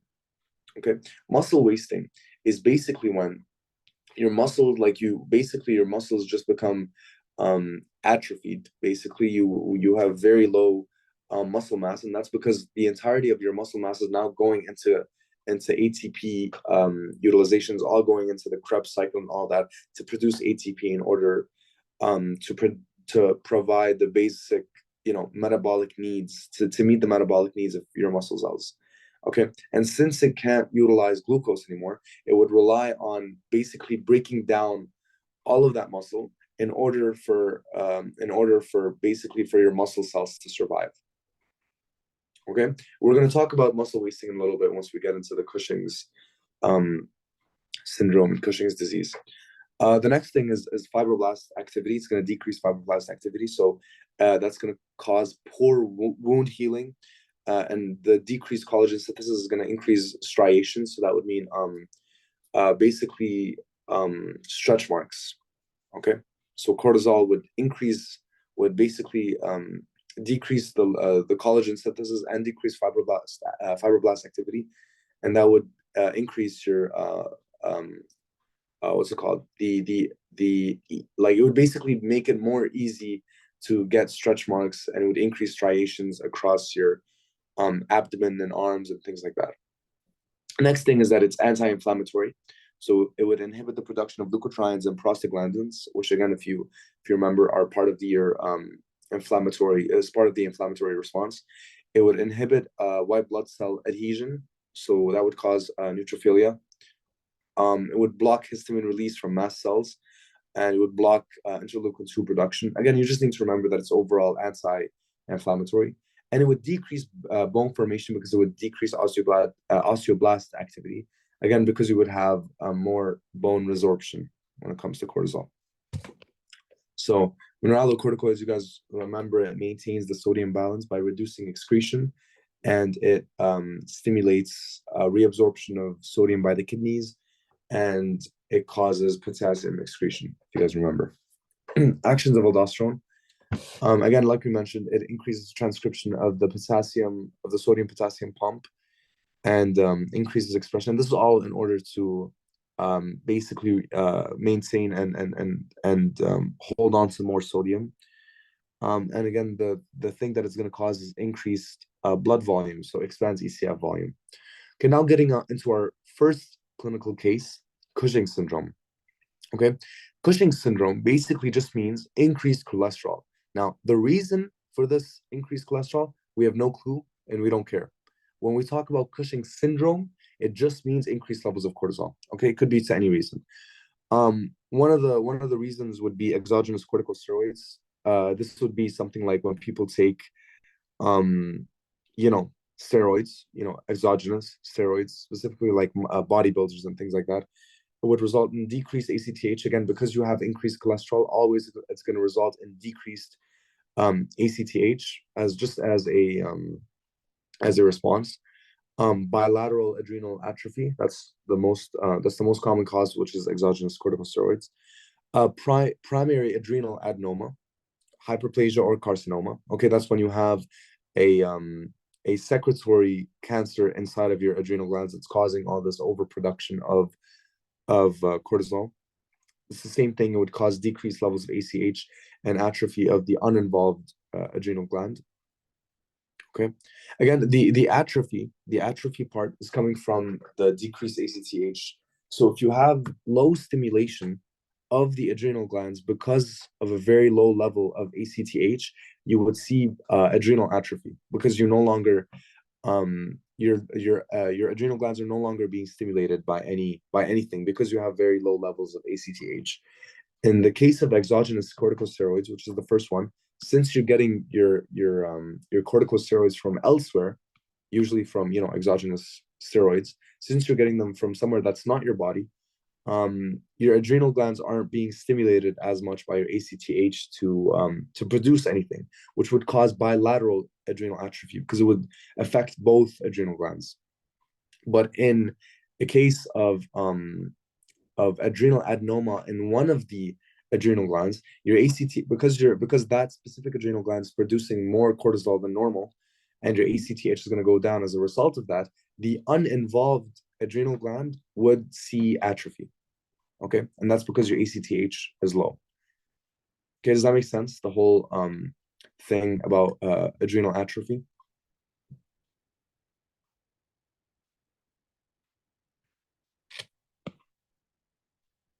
Okay, I think we can move on. The third reason for an increased level of cortisol is the most important one, and the one I want you to focus on the most, and this is called Cushing's disease. As I mentioned, this the presentation of increased level of cortisol is called Cushing's syndrome. Okay, but depending on what the reason is for this increased cortisol, could like the reason of it might be different from one case to another. Now, in the case where you have a pituitary adenoma that's secreting ACTH, we call that Cushing's disease. Okay. Now, Cushing's disease is where you have an adenoma or a ACTH secreting pituitary adenoma, and as a result of that, ACTH levels are actually going to increase in this case, right, because of this pituitary adenoma, and the high levels of ACTH are going to be overstimulating the adrenal gland to produce more and more and more and more cortisol. Does that make sense? So Cushing's disease is similar to Cushing's syndrome. Cushing's syndrome just means high levels of cortisol for whatever reason. Cushing's disease is a specific case of Cushing's syndrome where you have an ACTH secreting pituitary adenoma. Okay. The second, there's another thing that could cause Cushing's syndrome, which is called perineoplastic ACTH secretion. Okay, this is small cell lung cancer or bronchial carcinoids. Basically, there's these small cells in your lungs. Basically, they could also secrete ACTH to a lower extent, but in a case where you might have a small cell lung cancer or carcinoma, you would have increased levels of ACTH, and as a result, you would have Cushing's syndrome. Okay. Now, the findings of Cushing's syndrome: hypertension. I guess again because because cortisol, is a stress hormone, so it's going to increase your sensitivity to your adrenergic receptors, if you guys remember that. So hypertension, because you would have vasoconstriction of the arterioles. Weight gain. Okay, moon faces is basically something that's describing a person with a round shaped face. That's called moon faces or moon face. If somebody presents with a moon face, you might have a suspicion of Cushing's syndrome. Abdominal striations. You guys remember from right here, we talked about how cortisol decreases fibroblast activity, so it increases levels or increases striations. And truncal obesity. Okay, specifically in women, truncal obesity, if you see that in a female patient, then you would suspect Cushing's syndrome. Buffalo hump, skin changes like thinning, skin thinning, or striations, stuff like that. Hirsutism, which is similar to virilization, some might say. Osteoporosis, because I mentioned you're decreasing osteoblast activity and you're increasing bone resorption. Hyperglycemia, because you have your insulin resistance. Amenorrhea and immunosuppression. Okay, immunosuppression makes sense, and amenorrhea because it might cause specific things when it comes to a female's menstrual cycle. It can also present with pseudo hyperaldosteronism. Again, the thing that I want you to focus on here, the findings that I want you to focus on because they're the most high yield, are hypertension, of course, but this one is sort of a given. Moon faces is very, very, very important. Like that's basically a telltale sign that it's Cushing's syndrome. Abdominal striations are also very, very, very important. Immunosuppression, of course, again, but it goes without saying. Hyperglycemia, truncal obesity, and buffalo hump. So if you ever see a case in somebody who has hypertension, abdominal striations, and a round circular moon-shaped face, then you could probably suspect Cushing syndrome. Okay, diagnosis is done because screening tests include increased free cortisol on 24-hour urinalysis. Basically, that means if you have high levels of cortisol after 24, like in your urine for 24 hours straight, then that would be an indication of Cushing syndrome. Midnight salivary cortisol. Okay, so again, your saliva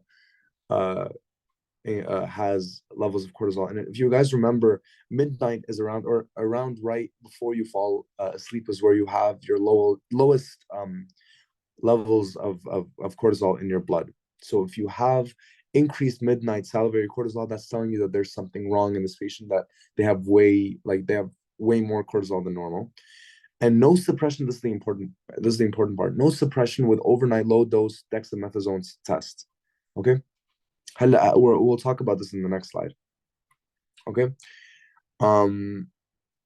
If you have low suppression, then you suspect adrenal tumor. If you have suppression, then you would distinguish between Cushing disease and ectopic ACTH secretion. Again, we'll talk about what the low dose dexamethasone test is. Okay. So this is where I'm going to explain what low dose dexamethasone test. So dexamethasone, okay, dexamethasone is something basically that's going to suppress ACTH secretion. Okay, so if you have all of these findings in your lab, which is basically 24 increased levels of cortisol in your urine, increased late night salivary cortisol, and inadequate suppression on 1 milligram overnight dexamethasone test, then you would measure your ACTH. Okay, now this is after you take your dexamethasone test. Okay, now if you take this dexamethasone test, this again, as I mentioned, this dexamethasone test is in order to see whether or not the reason for your Cushing syndrome is an ACTH related case or not. Okay, and then you would measure ACTH after you do this dexamethasone test. Now, if ACTH is suppressed, then that tells you that it's ACTH independent Cushing syndrome. Now, this could be either due to adrenal tumor or an exogenous glucocorticoid.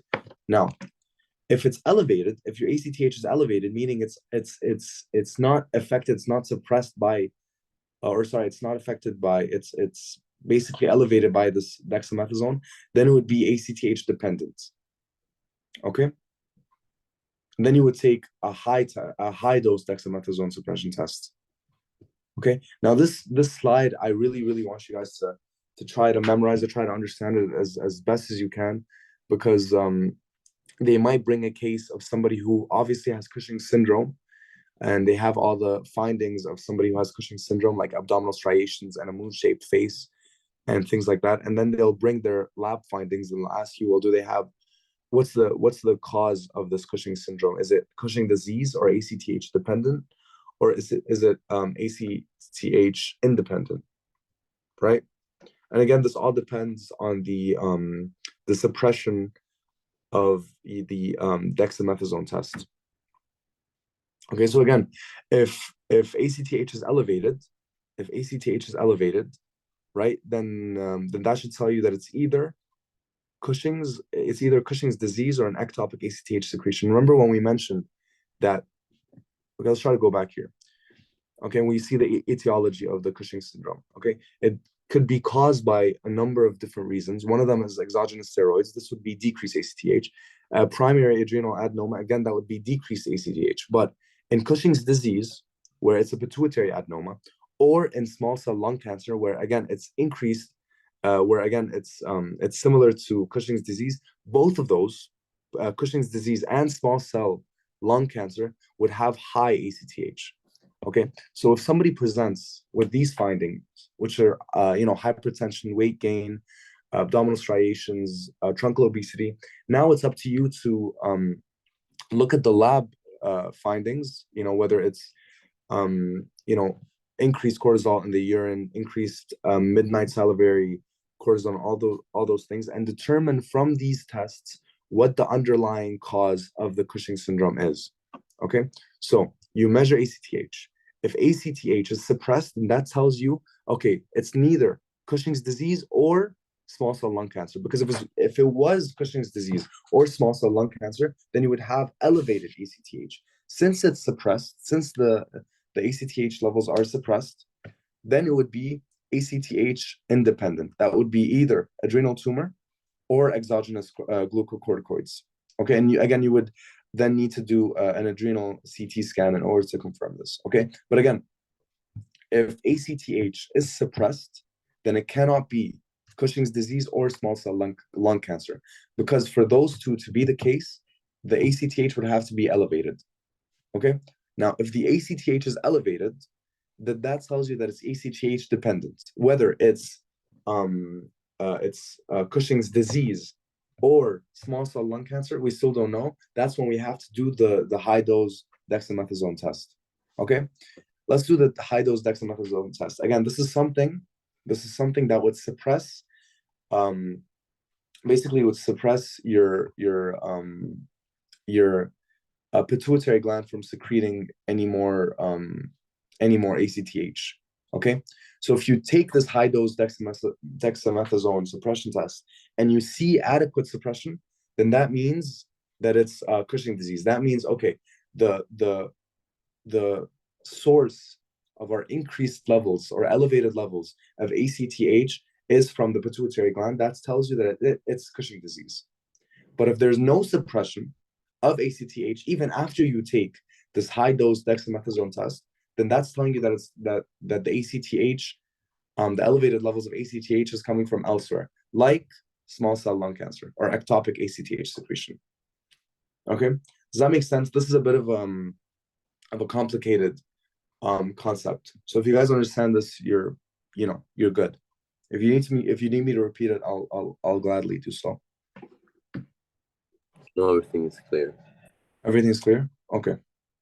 Perfect. Now the CRH simulation test, it's not as high yield. Usually they ask more about the high dose dexamethasone test, but we can go through it again. So the CRH simulation test, if you stimulate the hypothalamus to secrete CRH, and ACTH and cortisol would increase, then that tells you that it's Cushing's disease, because again, you would be increasing the hypothalamus more than it already is increased. But if there's no increase, then that tells you again that the ACTH is coming from elsewhere. And that should tell you that it's an ectopic ACTH secretion, which could be small cell lung cancer. Okay, so now aldosterone and swollen diseases. Complete failure to secrete aldosterone leads to death because, again, aldosterone is responsible for retaining water and salt. So you would have dehydration and hypovolemia if you have no aldosterone. Hyperaldosteronism is quite the opposite. It contributes to hypertension and is associated with hypervolemia. Okay. Now, the first clinical scenario about the basically about your aldosterone levels is adrenal insufficiency / Addison's disease. Okay, this is deficiency of aldosterone and cortisol. Okay, it's adrenal insufficiency / Addison's disease. They don't really the reason why it's called adrenal insufficiency as a whole is because it affects levels of both aldosterone and cortisol production, and it's due to loss of gland function. Okay, so let's go with the first one, which is aldosterone. So since you have deficiency of aldosterone, you would have hypotension, right, and have hyponatremic volume contraction. So that's telling you hypotension, hyponatremia, and hypovolemia immediately. Hyperkalemia, because you would be unable to excrete as much potassium as you would have been able to if you had normal levels of aldosterone in your body. Metabolic acidosis, skin and mucosal hyperpigmentation. Okay, this is very important. Now, do you guys remember if you learned about ACTH in the pituitary lecture, not the adrenocortical hormones lecture, but the pituitary lecture, you learned that ACTH is actually a byproduct of another larger gene product called pro-opiomelanocortin. Do you guys remember that? POMC. pro-opiomelanocortin? To be honest, I don't really remember that much from the lectures. Okay. Basically, just to summarize really, really quickly, because this was in a previous lecture. Basically, ACTH, like as a hormone, it's part of a bigger byproduct hormone called pro-opiomelanocortin. Okay, pro-opiomelanocortin, once it breaks down into ACTH, it breaks down into something else that activates melanocytes. Basically, if you guys remember what melanocytes are, they're the pigmentation cells in your skin. Okay, so if you have high levels of ACTH in response to low levels of aldosterone and cortisol, but specifically cortisol, you would have high ACTH, and because you have high ACTH, you would be basically you would have high levels of synthesis of ACTH, and that would include high levels of the byproduct of ACTH, which is MSH, melanocyte stimulating hormone. Okay, so let me just draw it out for you guys. You have this thing called POMC. Okay, once it breaks down, it's gonna produce, ACTH and MSH. MSH is melanocyte stimulating hormone. Okay, it's going to stimulate the melanocytes, which are the cells in your skin that produce pigmentation, right?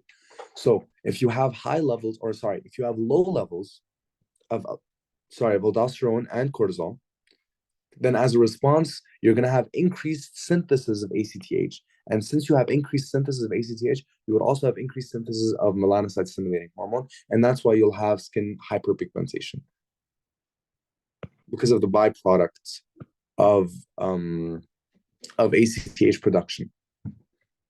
Does that make sense? Yes. Okay, perfect. Again, this is seen in Addison's disease or adrenal insufficiency, right? Now, an acute deficiency in aldosterone and cortisol, it may present with shock, right? This is just an adrenal crisis. It's due to a massive hemorrhage, so your adrenal glands just stop working. But chronic, that's when we call it Addison's disease. Okay, if it's chronic, then it would be Addison's disease. If it's acute, it's acute. It's due to a massive hemorrhage. It's just an adrenal insufficiency. But a chronic adrenal insufficiency is called Addison's disease. This is due to adrenal atrophy or destruction by disease. This is usually autoimmune, caused by tuberculosis. Okay, so if you see a case where somebody presents, somebody who has a past history of tuberculosis coming in with hypertension and mucosal hyperpigmentation, you would suspect Addison's disease, right? It's autoimmune destruction against the adrenal glands. This is primary, by the way. When we say something is primary, like let's say it's primary adrenal insufficiency, then the problem is in the adrenal gland itself. If it's a secondary adrenal insufficiency, then the problem isn't necessarily with the adrenal gland itself. It basically has to do with something that's stimulating the adrenal glands. Okay, so in this case, even though I'm skipping forward a little bit, in secondary adrenal insufficiency, the problem, as you see, is not really with the adrenal gland in and of itself. It's a problem with decreased pituitary ACTH production. But both of them would present with the same thing, because whether it's a problem in the adrenal glands or it's a problem in the pituitary, at the end of the day, you're gonna have low aldosterone and low cortisol. So the patient's gonna present with the same findings. Okay, but the underlying cause is what determines the specific, what disease it actually is. Okay, and this is a little mnemonic. Primary pigments the skin / mucosa, as in primary adrenal insufficiency, or chronic. The chronic one would be Addison's disease. Primary, it causes the pigmentation of the skin / the mucosa, and it's associated with autoimmune polyglandular syndromes. This name, the Waterhouse-Friderichsen syndrome, you don't really need to know it. Okay, all you have to know is Addison's disease. So just remember, for Addison's disease, it's a primary adrenal insufficiency, and you would see skin hyperpigmentation or mucosal hyperpigmentation. Okay, now in secondary adrenal insufficiency, as I mentioned, it has to do with the pituitary. Okay, it's seen with decreased levels of ACTH production from the pituitary gland in and of itself. Since you don't have ACTH being produced, you also wouldn't have too much MSH being produced, melanocyte stimulating hormone. And as a result, you would see the same findings. You would see the same findings here, because again, at the end of the day, like I mentioned, you would still have a deficiency in aldosterone and cortisol. So you would still see hypertension and hyperkalemia, metabolic acidosis, and all those things. But the difference is you would not see any skin hyperpigmentation, right? And that's because you would have no longer any, you wouldn't have any overproduction of ACTH, meaning you wouldn't have any overproduction of MSH. Okay, and the second thing is no hyperkalemia, because the aldosterone synthesis is preserved. Because again, like I mentioned, aldosterone synthesis really has to do mostly with the renin-angiotensin system. So you wouldn't see any hyperkalemia in this case, because the renin-angiotensin system is still intact. Okay, so secondary spares the skin mucosa. That's the mnemonic for this one, because primary, like I mentioned, since you have increased levels of ACTH, you would see skin hyperpigmentation because of the melanocyte stimulating hormone. But in secondary secondary adrenal insufficiency, since the problem is in the pituitary gland, you wouldn't see any ACTH production or MSH production. So you wouldn't have any hyperpigmentation. Does that make sense so far?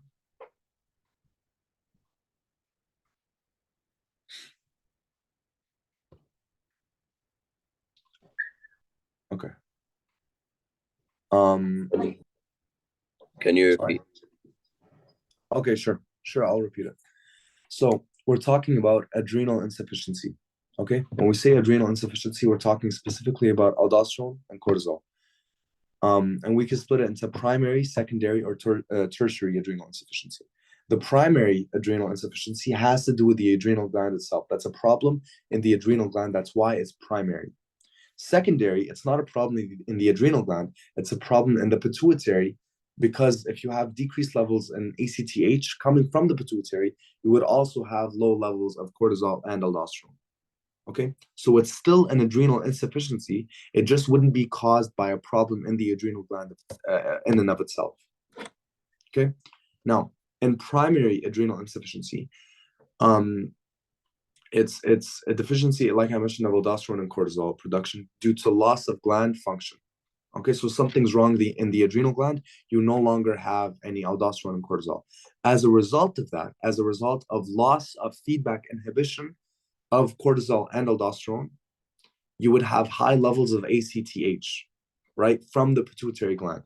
Since you have high levels of ACTH from the pituitary gland, you would also have high levels of MSH, which is, like I mentioned, melanocyte stimulating hormone, because ACTH and MSH are coming from a common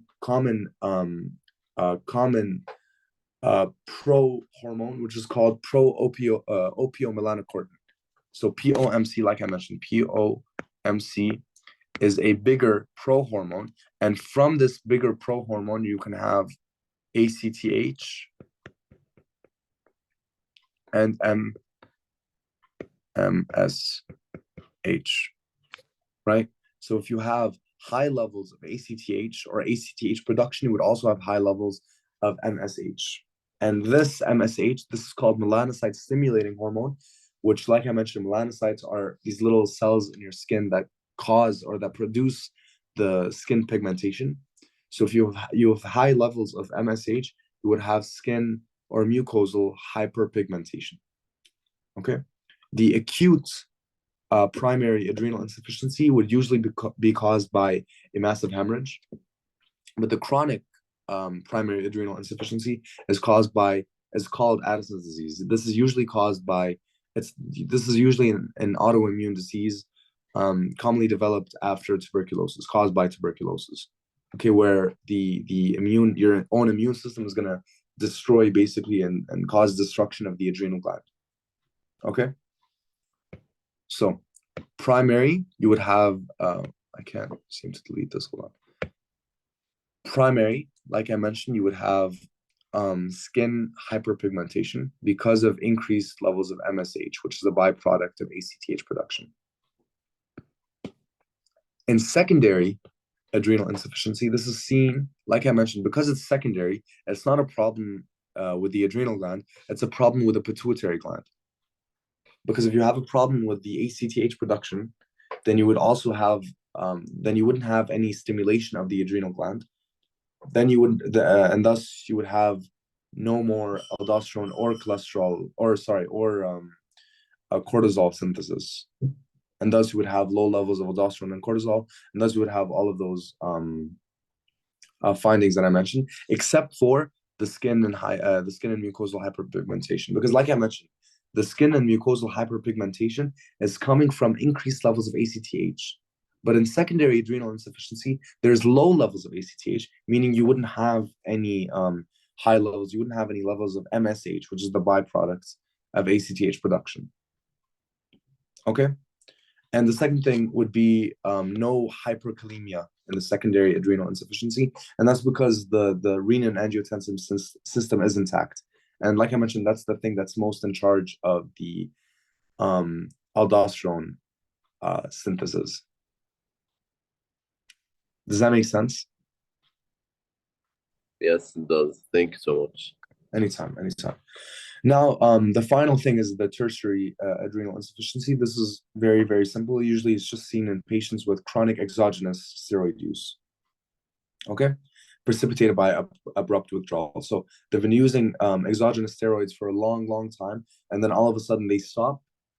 And then obviously because of the fact that they stop, their adrenal glands are already not working because the ACTH levels are already low because of their exogenous use, and they are no longer to basically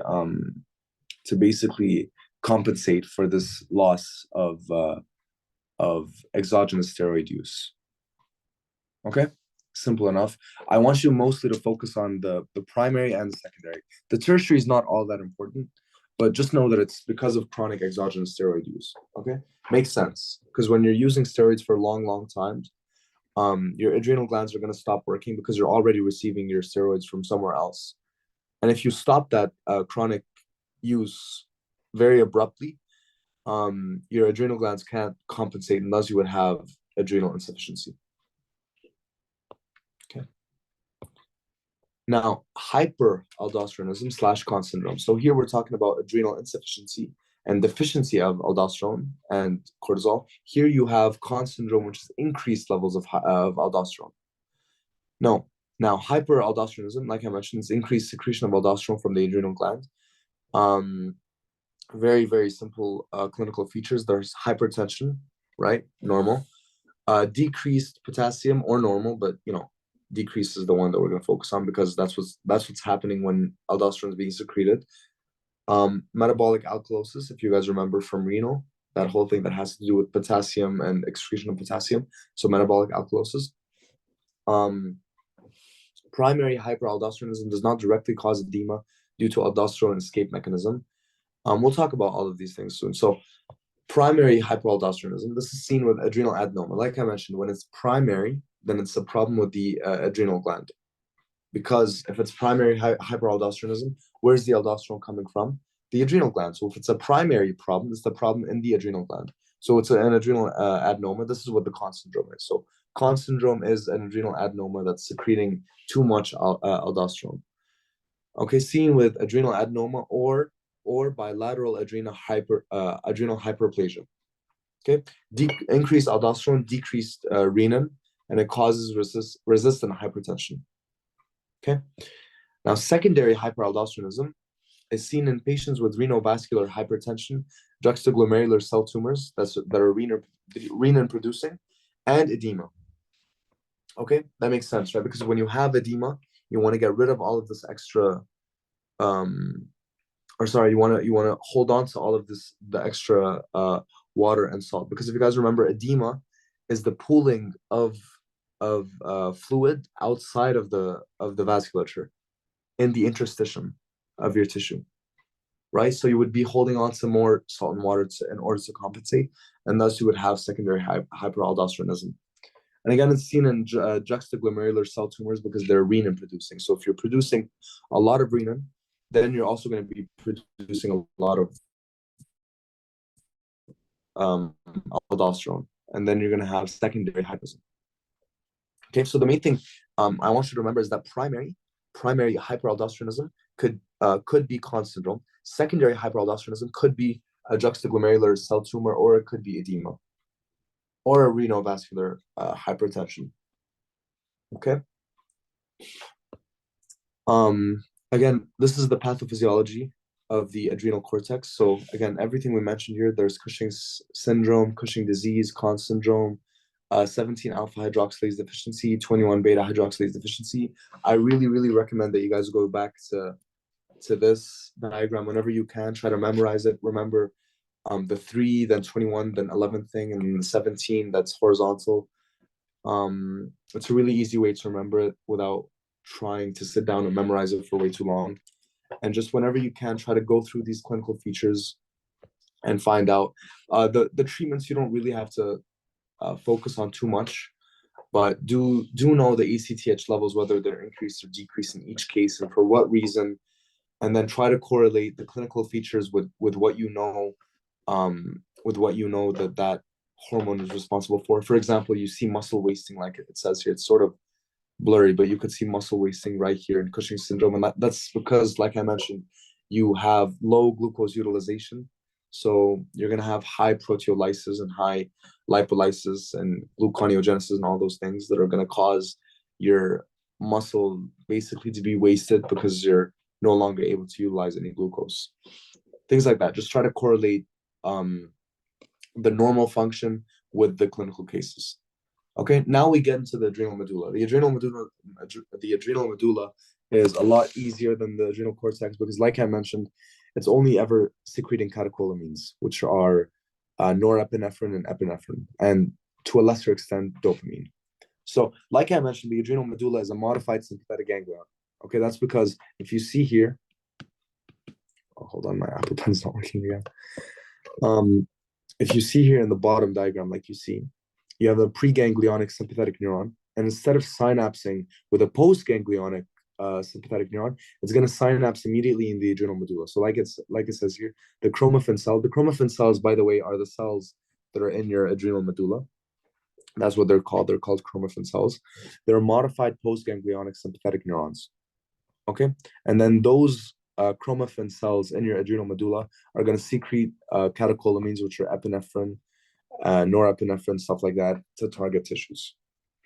Okay, does that make sense so far? That it's a modified sympathetic ganglion, or even a modified postganglionic sympathetic neuron?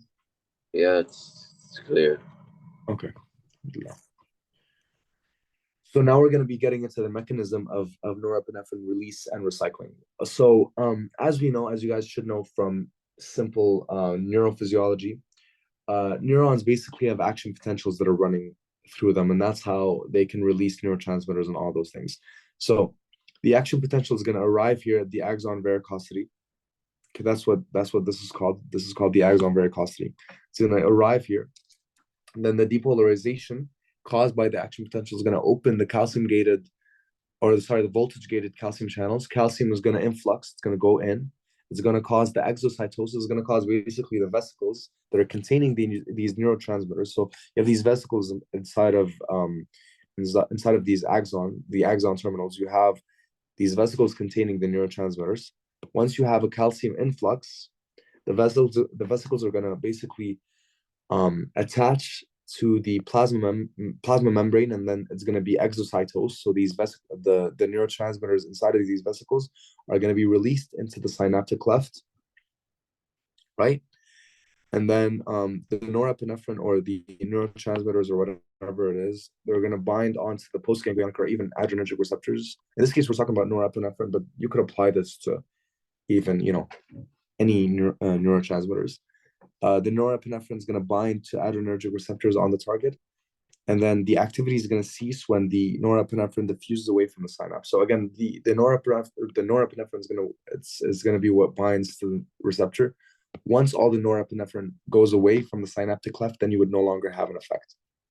Okay, so it diffuses away here into a nearby blood vessel, or it's transported back into the axon, right, where it's taken up into and it's put back into the synaptic vesicles, or it can be degraded by monoamine oxidase, right? This little enzyme called monoamine oxidase is what's going to metabolize the catecholamines, right, like norepinephrine and things like that. So that's what the norepinephrine recycling is like.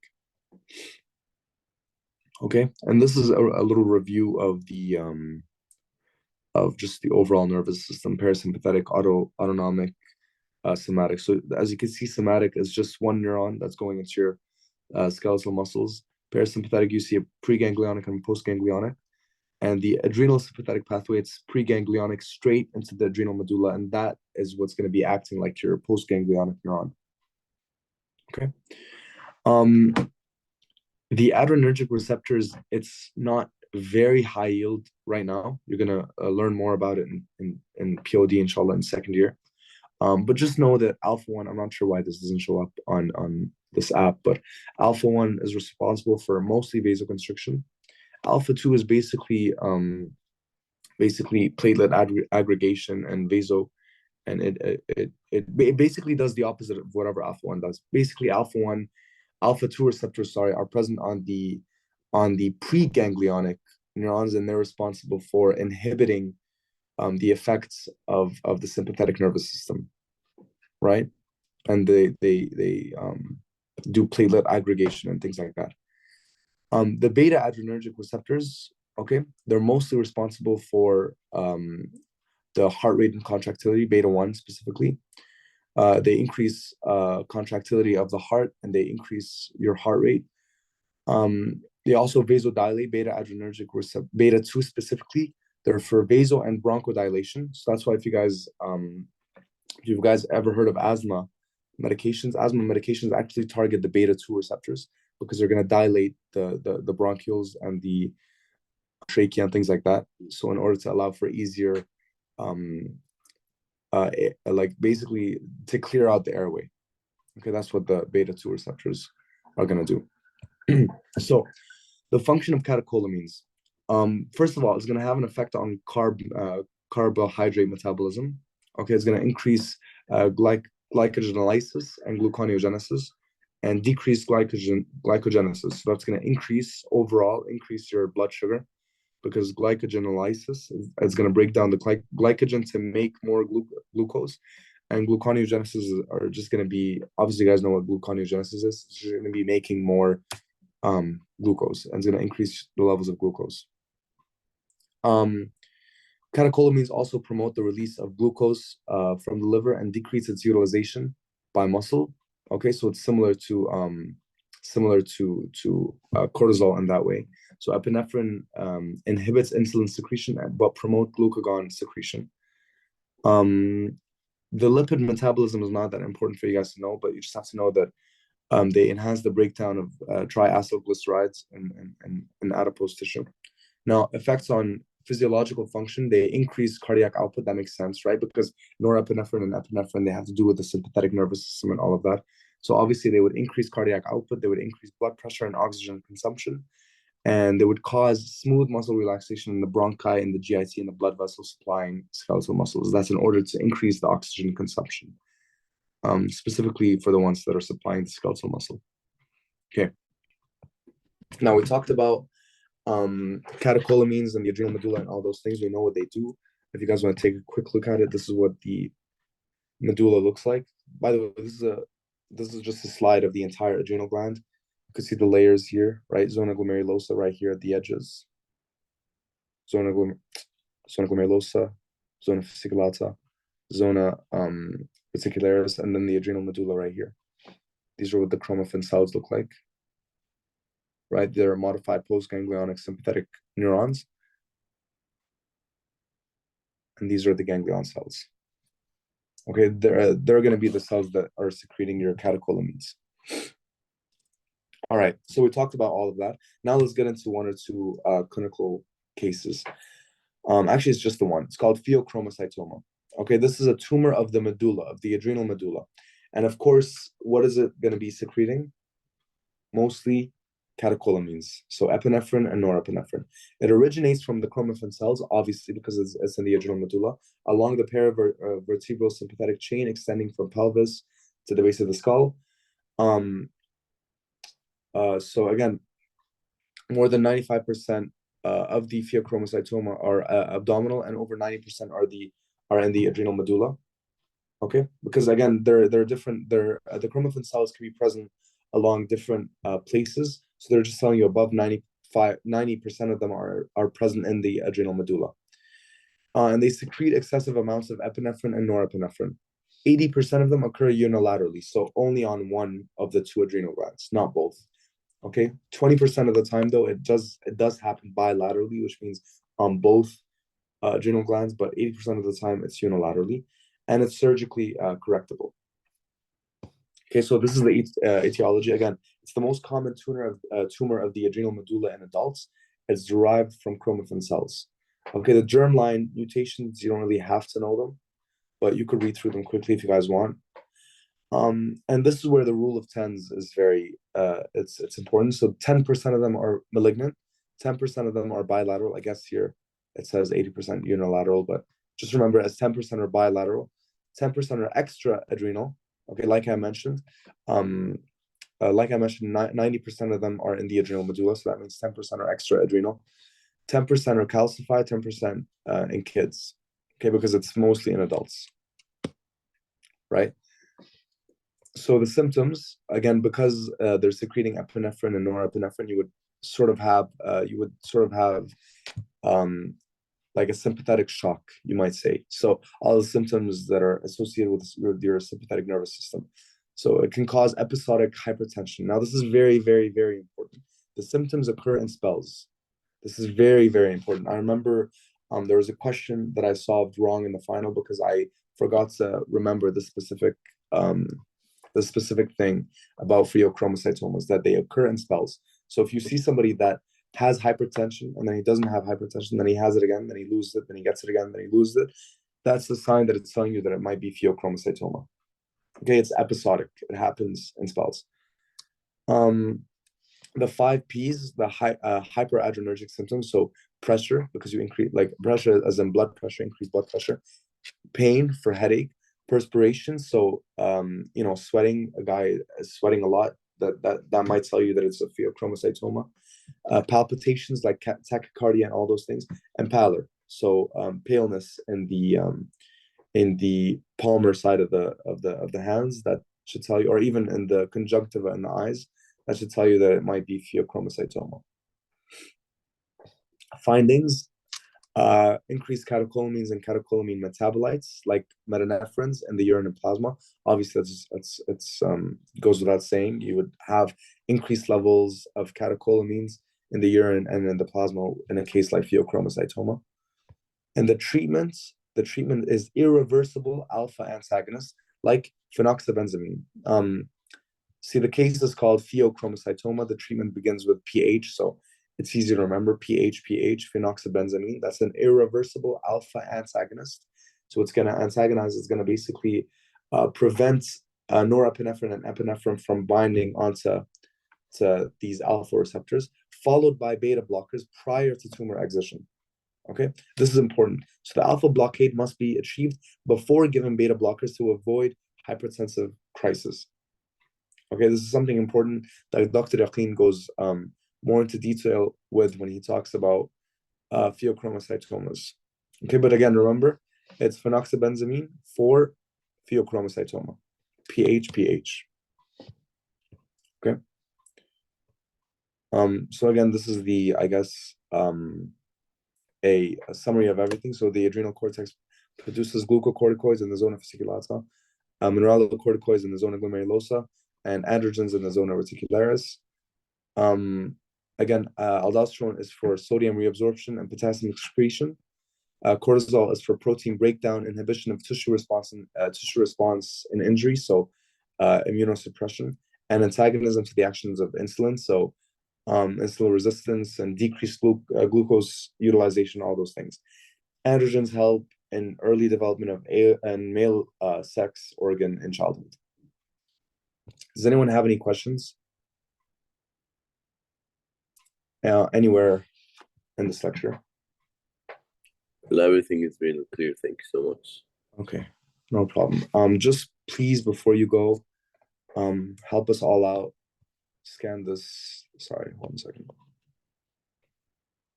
Hold on, I don't know why Canva's bugging right now.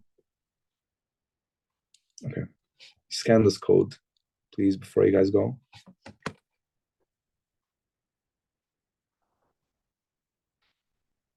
And